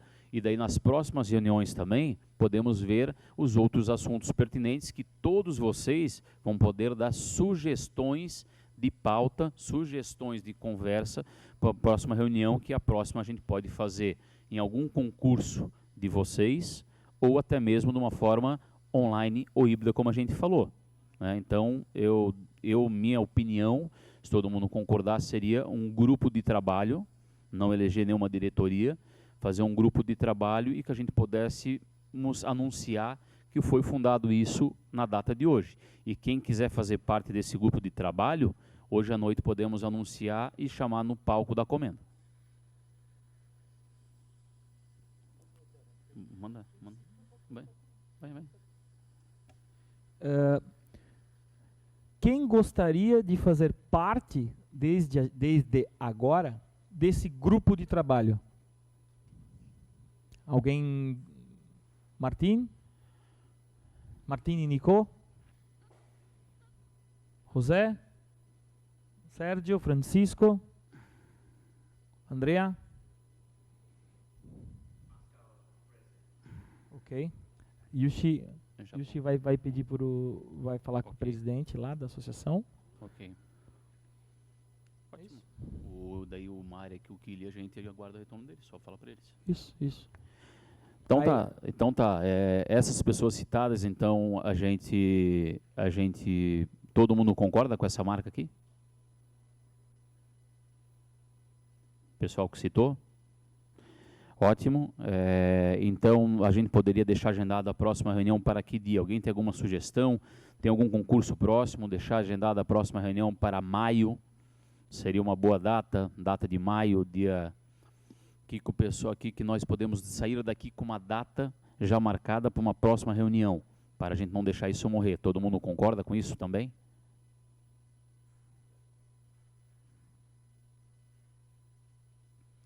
Sérgio.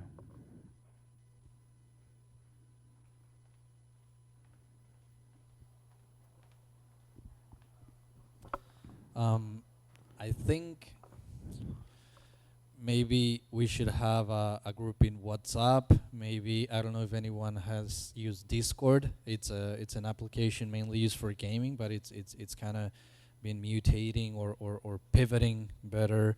I use it a lot for my personal life for video games. I think it's a nice way that we can set up channels so we can have different topics. But right now, I don't know if I want to say like, oh yeah, we're gonna meet, June 1st or whatever. I think that so long as we can have a virtual place that we can talk, we can have a better understanding of like if the next meeting is gonna be virtual, if it's gonna be hybrid, if it's gonna be presential.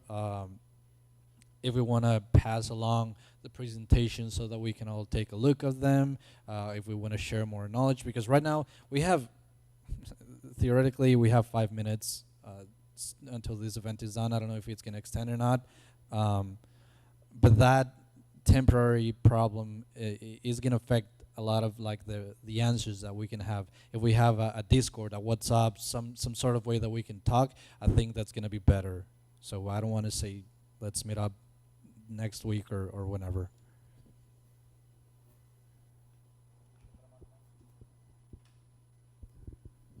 And I guess another question I have is, are we going to make an open invitation to the competitions that were not able to come here to also join the association, or how will be or is it only going to be us, the one that participated here?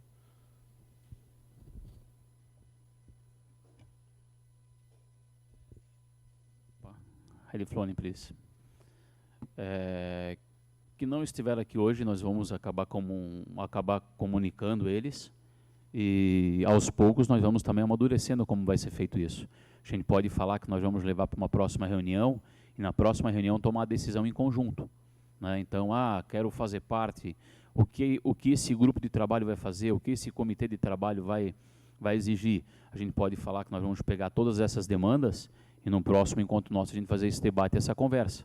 E durante essa semana a gente pode ver uma nova data para marcar a nossa reunião, porque vão surgir perguntas, vão surgir dúvidas, e isso é bem importante. Nós vamos conseguir sentir o mercado, e com certeza o pessoal vai ter muito interesse em saber o que é, e isso vai nos ajudar a fomentar e a dar mais força ainda. Ok, alguém mais quer falar sobre, então, a federação, para a gente encerrar, né, até por conta do horário?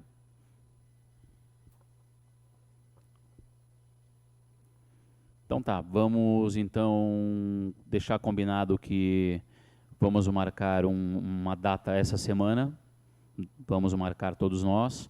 O grupo de trabalho, então, está criado, conforme decisão pela maioria, o grupo criado com as pessoas que deram sua palavra. Vamos aguardar o retorno e as respostas do Kylian, do Marek, do Luke e do Yushi, né, que podem falar para nós aí no decorrer do dia. E hoje à noite, na comenda, a gente possa comunicar às pessoas que foi criado esse grupo de trabalho e chamamos a pessoa lá no palco para comunicar todas as pessoas do grupo. Quero agradecer, então, gente, a todos vocês por estarem aqui. Bem importante dar esse pontapé inicial. Acertos, erros vão acontecer. Vamos debater muito essa semana. Temos uma semana bem produtiva pela frente. E vamos indo daqui a pouco para o almoço. Nós vamos fazer algumas fotos, vamos fazer alguns vídeos aqui. Na sequência, a gente vai para o almoço com a Topi, que vai levar nós para o Ataliba para comer uma carne. E depois do almoço vai deixar no hotel. Daí o pessoal tem a tarde livre e à noite a gente se encontra no jantar. Então, dou por encerrado a nossa reunião e muito obrigado pela presença.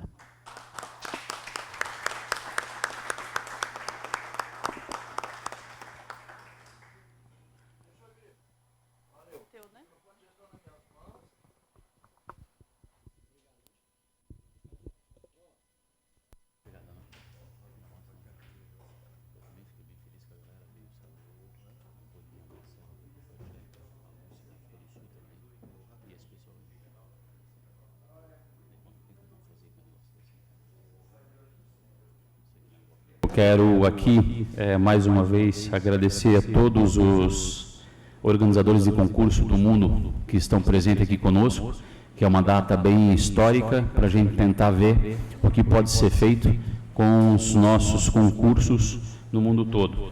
O objetivo dessa reunião, desse encontro, é todo mundo estar aqui unido para poder debater, ver as dificuldades, fazer as suas apresentações dos seus concursos. Tem uma pauta na pasta de vocês e a gente vai acabar seguindo essa pauta para a gente ter um direcionamento. No meio da nossa reunião a gente faz uma pausa e com isso a gente vai dando sequência. Quero também aqui agradecer à Câmara de Vereadores de Blumenau, e que está aqui do meu lado, meu amigo, meu parceiro, o presidente da Câmara de Vereadores de Blumenau, Almir Vieira, nosso vereador, nosso representante, que está apoiando com esse encontro, e agradecer toda a equipe dele. Agradecer a Laíde, a diretora, agradecer o Ari, e estender pelo apoio, isso é muito importante para nós. E também quero aqui saudar o nosso presidente do Convention Visitor Bureau, Luciano Felizardo, está aqui conosco. Luciano, bom dia. Presidente Almir, quero passar a palavra para o amigo, para dar as boas-vindas, e mais uma vez, obrigado, Almir. Bom dia a todos. Para a Câmara de Blumenau, para Blumenau e até para o Brasil, é muito importante que aconteça esse encontro. Mais importante ainda é poder saber que a cidade de Blumenau foi escolhida para que isso acontecesse. E nós aqui estamos de portas abertas e podendo, dentro das nossas condições, dar todo o assessoramento para vocês. Um assunto que trata aqui da cerveja, que muitas vezes é mal interpretada por algumas associações, por alguns segmentos, tratada como uma bebida alcoólica que faz mal para a sociedade. Nós temos um entendimento diferente. A cidade de Blumenau, em toda a sua composição, vive praticamente dos festivais da cerveja, da Oktoberfest, tudo passa por aqui. Tamanho da importância com o emprego, tamanho da importância do estudo, tamanho da importância que ela traz para a nossa cidade no turismo, tem que ser reconhecido nível de país, nível mundial. E é um prazer enorme poder tê-los aqui. Agradecer Develon, agradecer Luciano Felizardo, a equipe aqui que está hoje da Câmara de Vereadores trabalhando, em nome da diretora-geral, a Laíde, e deixar vocês bem à vontade para que esse encontro seja maravilhoso e que saímos daqui com boas ideias e com um futuro maravilhoso para a nossa cidade e para a cerveja. Muito obrigado. Obrigado, presidente. Uma salva de palmas, pessoal. Quero aproveitar também, eu acho que tem um microfone que está em cima da mesa, deve estar por aqui um microfone, talvez alguém pode ajudar. Gostaria que o Luciano, nosso presidente do Convention Bureau, Luciano, pudesse vir aqui também, por gentileza, dar uma palavra, uma saudação para todos os nossos amigos aí do mundo todo, por favor. Boa ideia.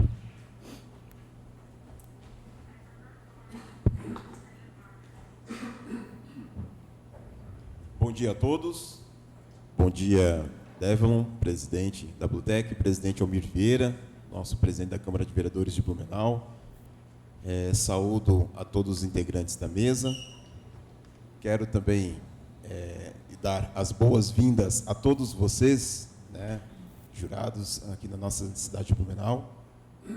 Perdão. Um evento como este é muito importante para o nosso município, né, faz engrandecer ainda mais, né, com toda a experiência de vocês. Então, desejo aqui o sucesso a todos e agradecimento por ter escolhido, e deve um parabéns para você e toda a sua equipe pelo excelente evento. Obrigado, Luciano. Pessoal, damos sequência.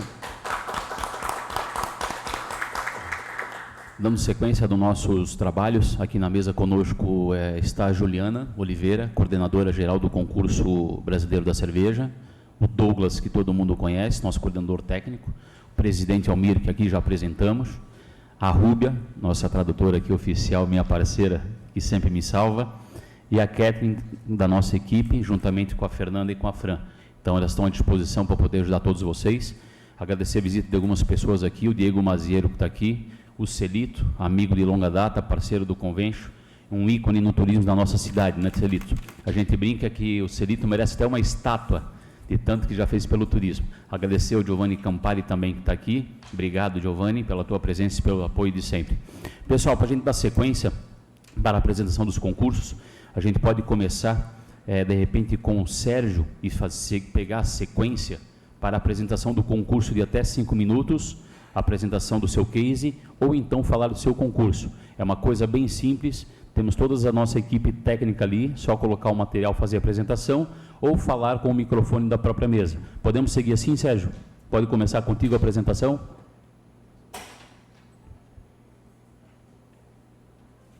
English? Yes, English. Thank you very much for having me here. I'm very honored. I'm very happy to be here. I think this meeting was long needed. I think the more that we get to interact with different people from different countries from all over the world, we start to realize that we have very similar and yet very specific problems in each one of our countries. Not only beer competition related, but generating culture, creating culture, increasing the amount of people that talk about beer, that live beer, that are about beer, at least for, you know, what we do a week at a year. So I'm very happy about what's going to happen here. In Colombia, we have a lot of problems. I see them as opportunities, particularly. We have high taxes. We have a lot of bureaucracy that is a big barrier towards getting to grow. We have had the challenges of making the breweries more legalized in Colombia so that they comply with what the government requires. We've been a big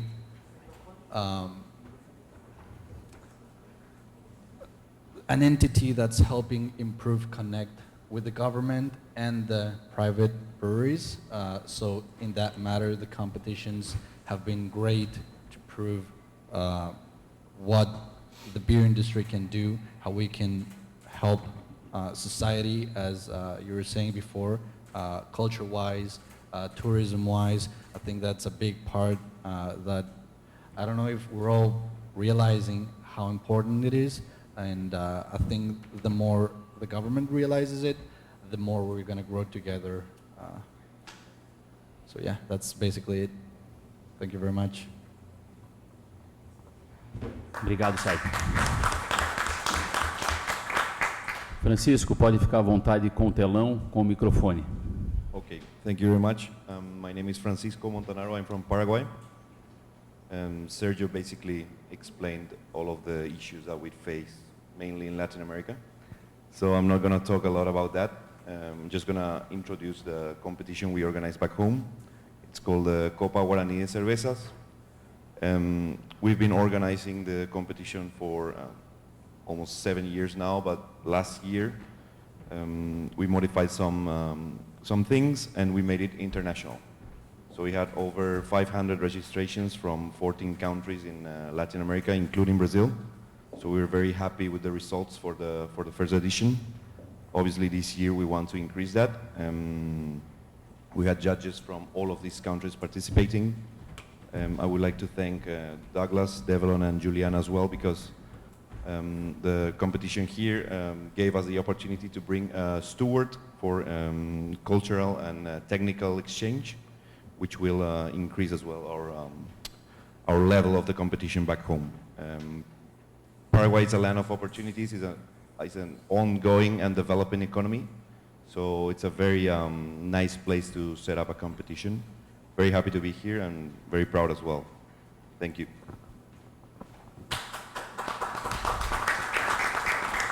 Obrigado, Francisco. José, fica à vontade com o microfone e com o telão também.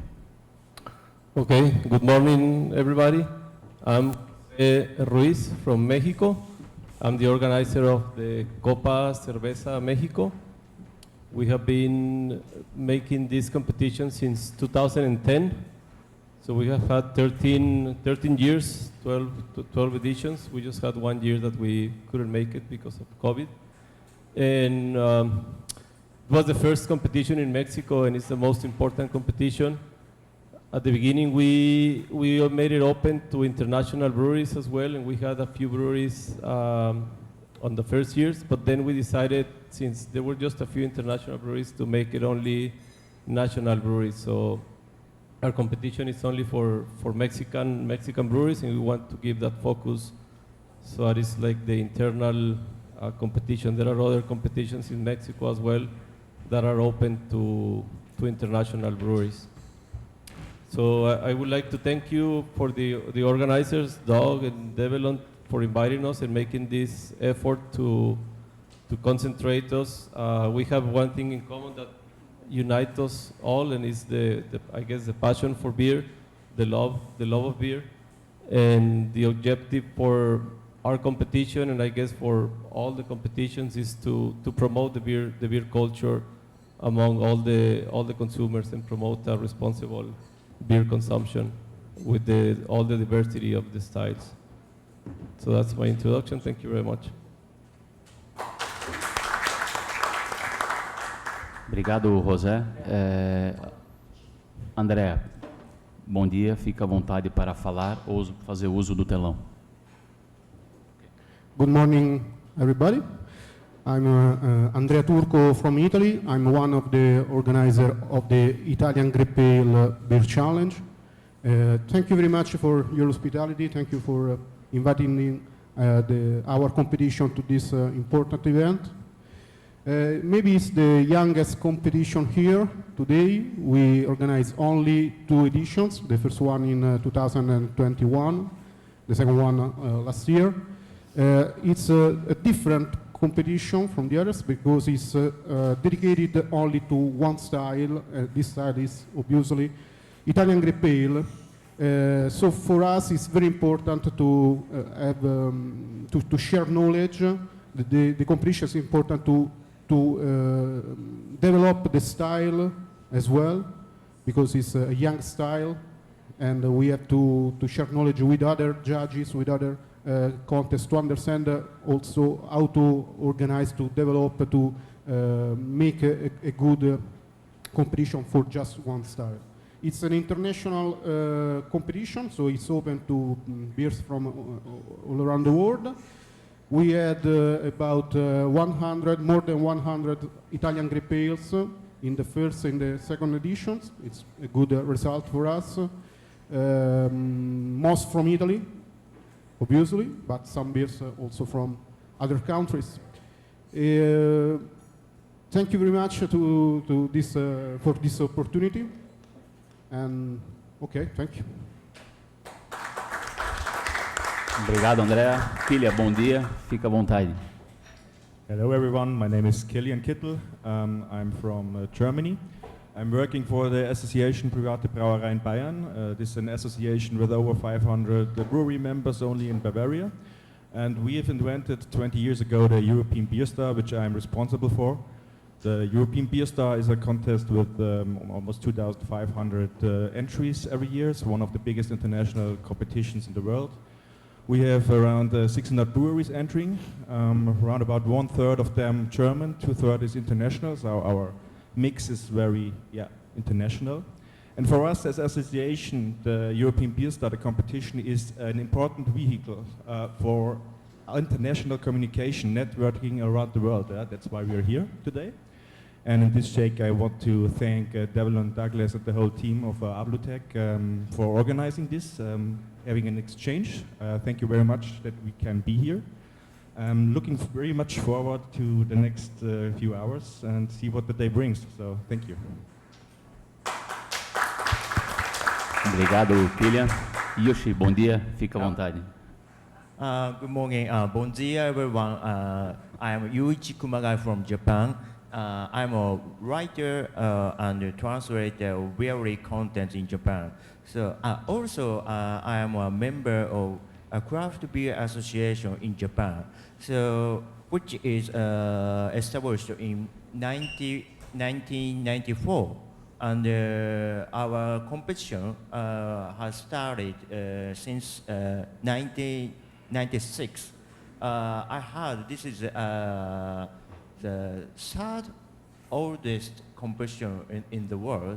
So, which is in every year.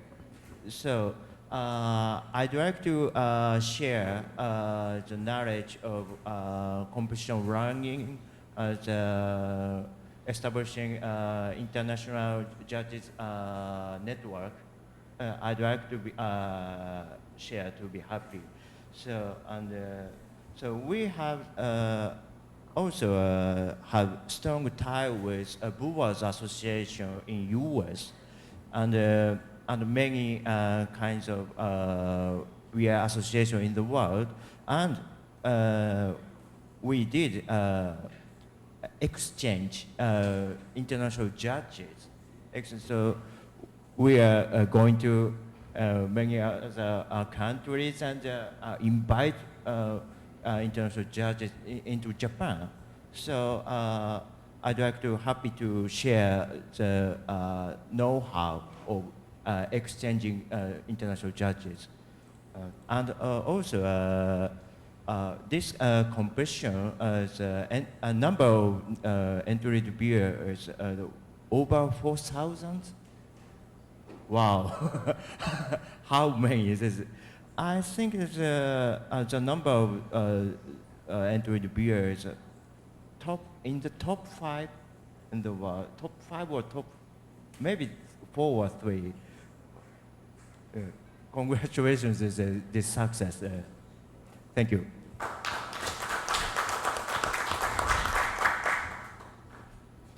Hello, good morning everyone. My name is Marek Kamiński. I'm the president of Polish Brewers Association, and I'm here to represent the Polish craft beer competition called Craft Roku, which translates into Craft of the Year. And I'm very happy and honored to be here again. Thank you, Devlin, thank you, Doug, for making this possible. And the competition, Craft Roku, the Polish Craft Brewers competition, was established in 2007. So 14 editions up till now, and that was established with the aim to promote artisanal brewing in Poland. So this is a competition designed only for craft breweries. There is a volume cap for the beers that can be entered in the competition, but it's at the moment, due to development of craft beer scene in Poland, it's quite big. That's 10,000 hectoliters per beer, so that's quite a lot. But yeah, and at the same time, it's the oldest craft beer competition in Poland. And I represent the Polish Craft Brewers Association, as I said, and we are a partner, and I am a part of the organizing team of the competition. Since last year, the competition has also been partnered and organized together with the craft beer conference organized by our association that is called Pro Brewers Symposium. So along with the competition, there is a 2-day conference, craft beer conference, with speakers from Poland and abroad and the whole world on very actual and interesting topics regarding craft beer. In terms of number of entries, we have reached more than 750 entries last year from, I think, 119 craft breweries, which compares to around 300 craft breweries in Poland. So more than 1/3 of craft breweries in Poland enters beers in the competition, which is already quite an achievement, and in our opinion is quite nice.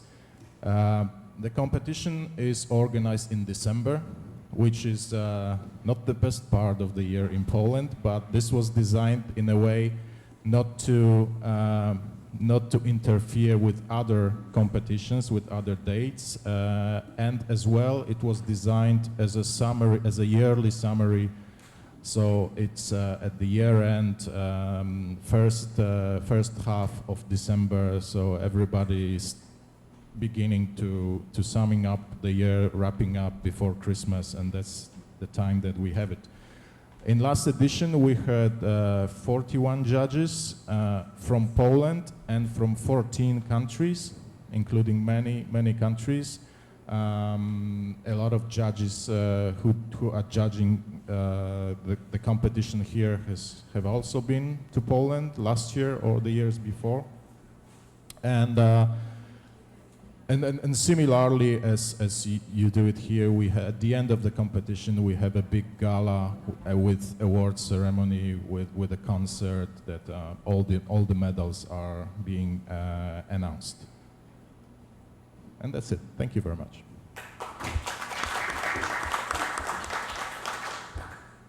Good morning, everybody. I'm Luc de Rademacher from Belgium.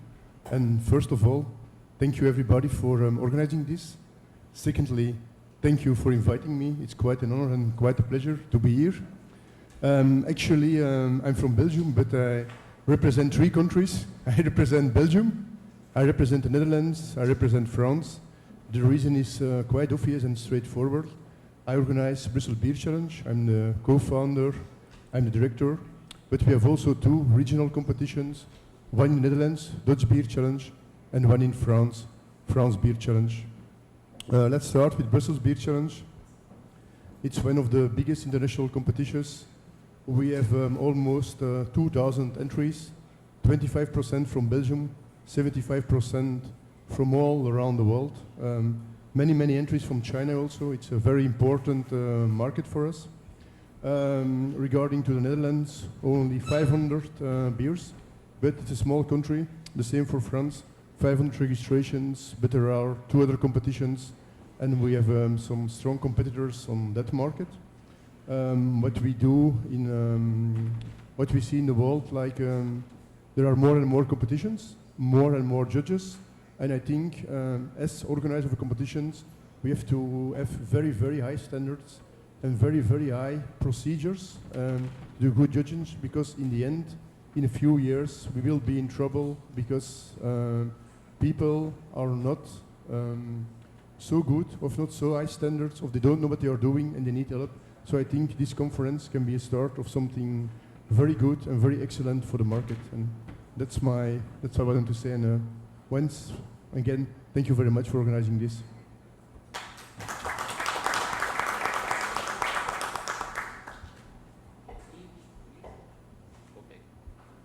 Meu nome é Martim Boan. Eu sou fundador da South Beer Cup, primeira competição do Sudamérica. É feita um ano na Argentina, um ano no Brasil. Foi feita em 2012 aqui no Blumenau. Depois no Brasil foi feita em BH, Curitiba, Belém do Pará, Ribeirão Preto. Eu concordo os países do Sul América têm que trabalhar juntos, unidos. O ano que vem, na competência volta para o Brasil, 2024. Este ano vai acontecer por primeira vez no Uruguai. O conceito daquela competição é de Champions.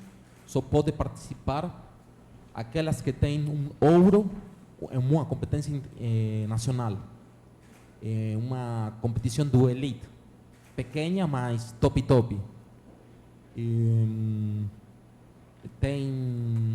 Este ano vai acontecer edição 11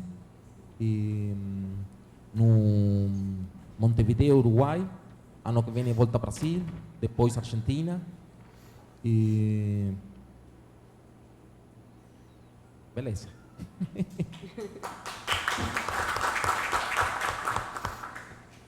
Good morning, everyone. First of all, I would like to thank Develon and Doug. It's a pleasure to be here for the 2nd year.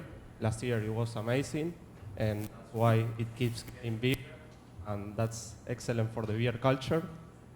I am from the Copa Argentina de Cervezas. I also work with Martin with the South Beer Cup. Copa Argentina de Cervezas grew from Beer Cup, and it was created to be a national competition for all the Argentinian breweries. And for the last 2 years, we have also expanded to gin, since breweries are also producing a lot of gin in Argentina. One of the biggest challenges that we face is the promotion. People seem to be losing some interest in beer. So I think these places, the Semana da Cerveja, work perfectly to expand the craft, and we are honored to be here.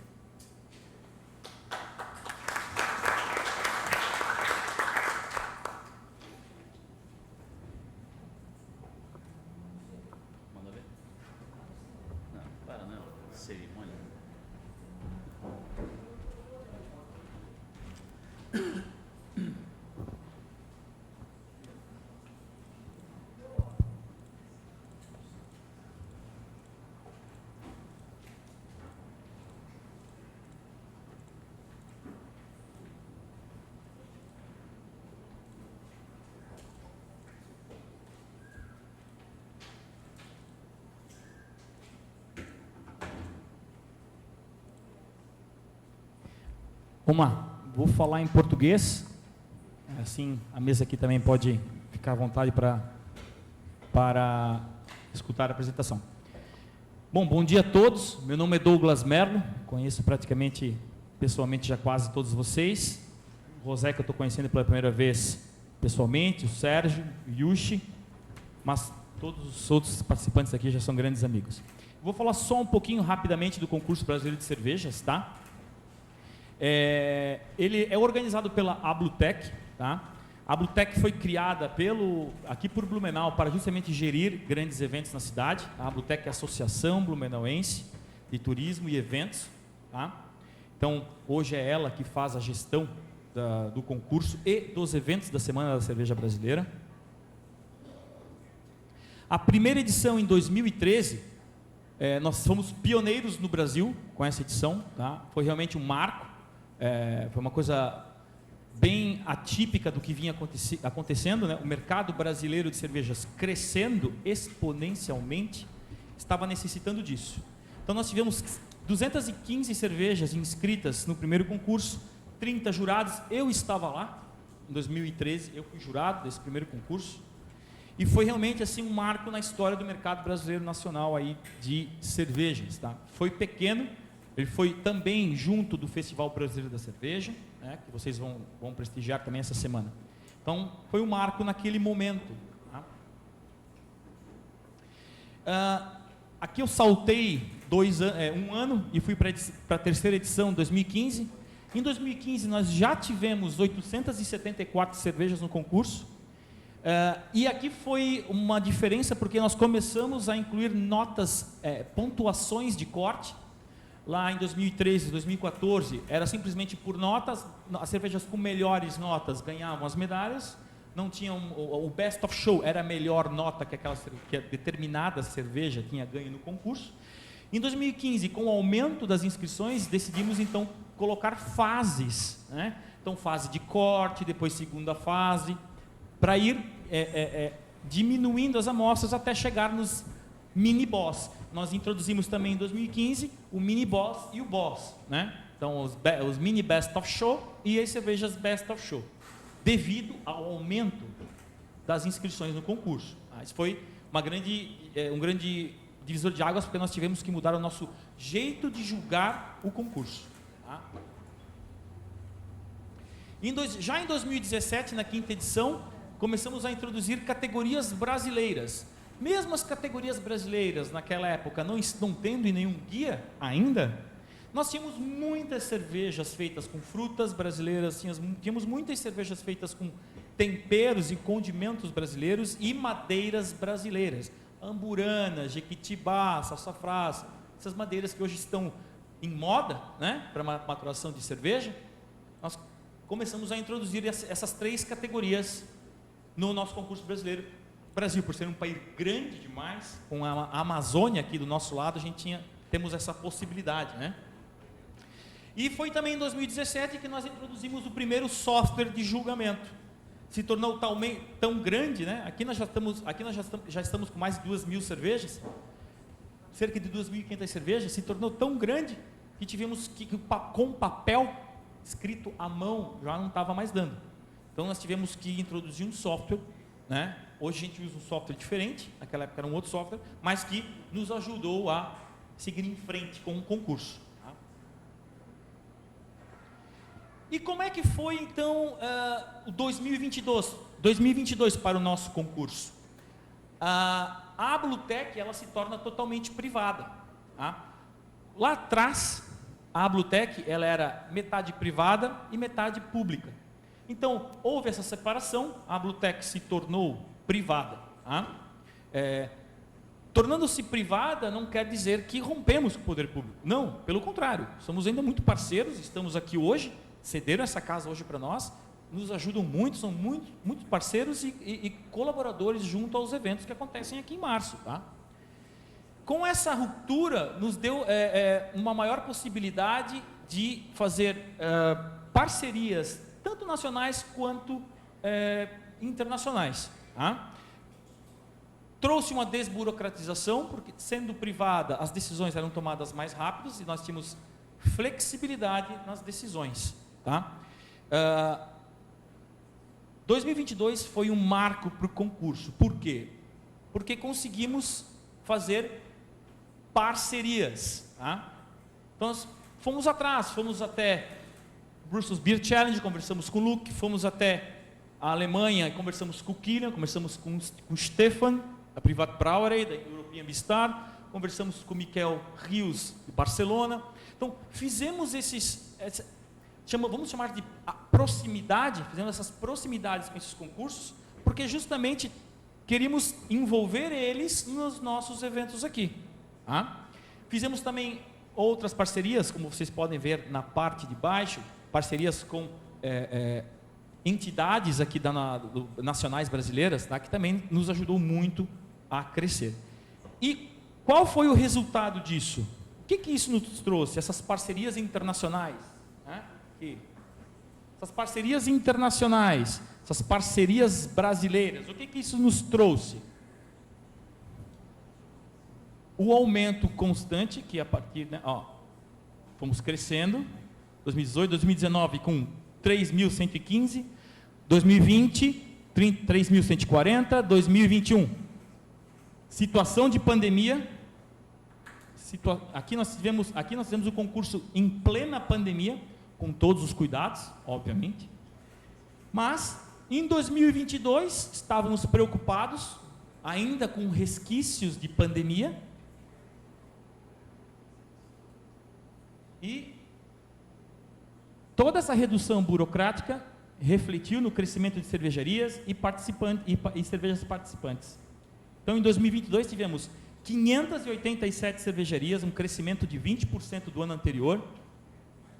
Tivemos 3.635 amostras, 15% no número de amostras de aumento. Tá?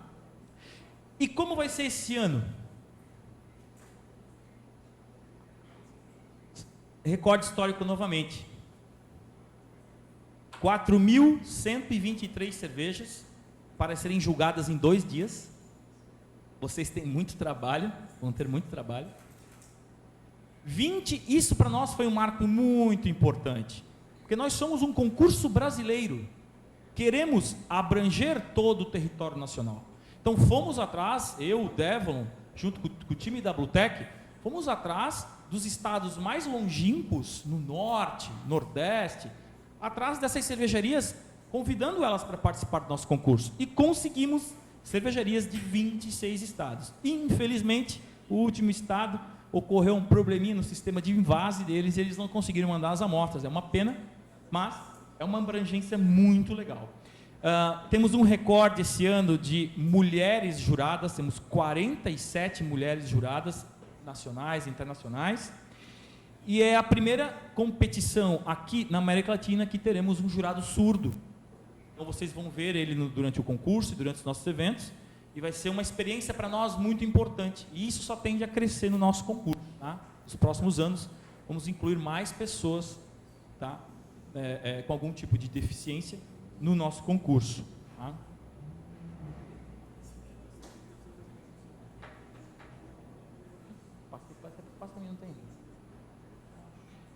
dá um ok, só dá um oi.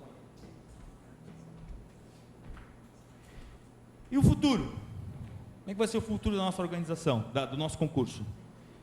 Nós pensamos, obviamente, sempre em fazer mais parcerias, fazer mais colaborações, tanto nacionais como internacionais. É por isso que vocês estão aqui. Tá? Acreditamos, eu, o Devon e a Blutec, a equipe da Blutec, acreditamos que nós temos que nos dar as mãos, temos que nos unir, temos que de alguma maneira estarmos pensando na mesma linha. Tá? Então o futuro pode ser tudo para nós. Pode ser nos tornarmos um concurso internacional, pode ser continuarmos nacionais, pode ser acrescentarmos novas categorias, pode ser a criação de algo que tutele todos os concursos que estão presentes por aí, que possa nos ajudar a crescer, evoluir e ter um pensamento, uma linha de pensamento. Tá? Então, isso é o que eu penso para o futuro, é o que a Blutec pensa para o futuro, e acredito que o futuro está logo aí. Após a pandemia, as coisas estão sendo muito rápido, né? A pandemia passou e as coisas estão acontecendo rápido demais. Nós temos que os concursos, na minha opinião, têm que estar alinhados com esse tempo, né? Esperando que uma nova pandemia não apareça, né? Pelo amor de Deus. Então é isso. Obrigado a todos pela apresentação um pouquinho mais longa. Desculpa, Devon, mas é isso. Obrigado.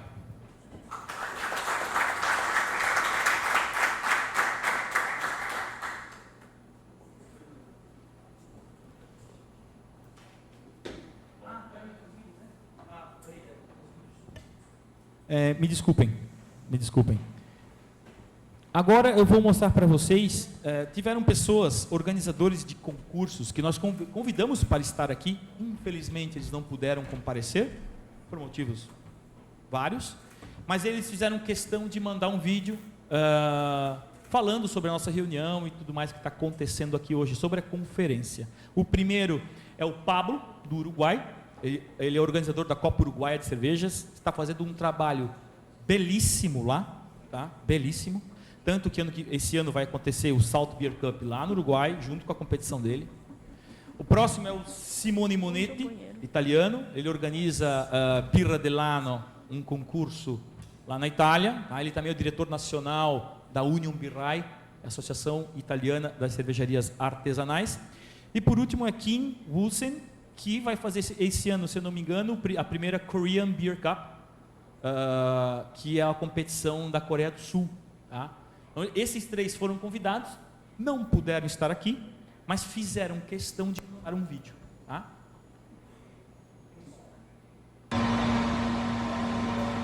Buenas tardes a todos, ¿cómo les va? Les mando un fuerte abrazo desde aquí Uruguay, Pablo Pereiro. Bueno, nada, desearles lo mejor en este primer congreso de cervecerías que va a efectuarse en Blumenau. Para nosotros es sumamente importante que haya este tipo de eventos donde cervecerías y cerveceros de toda Latinoamérica se puedan congregar, contar experiencias, dar piques, mejorar técnicamente y sobre todo enriquecer todo lo que es la comunidad cervecera. Desde ya un fuerte abrazo y nos estamos viendo en la próxima. Salud. Buonasera o buongiorno a tutti voi, mi presento, sono Simone Monetti, segretario nazionale di Union Birrai. Union Birrai è l'associazione di categoria dei piccoli produttori indipendenti di birra artigianale in Italia. Sono anche l'organizzatore di Birra dell'Anno, concorso italiano dedicato alle birre artigianali. Abbiamo appena tenuto la 18ª edizione a Rimini con numeri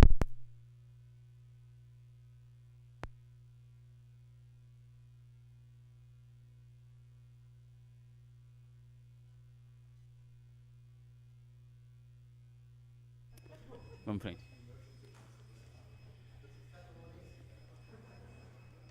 Que hora, velho. Mas vamos lá. Take your time. Would you like some coffee?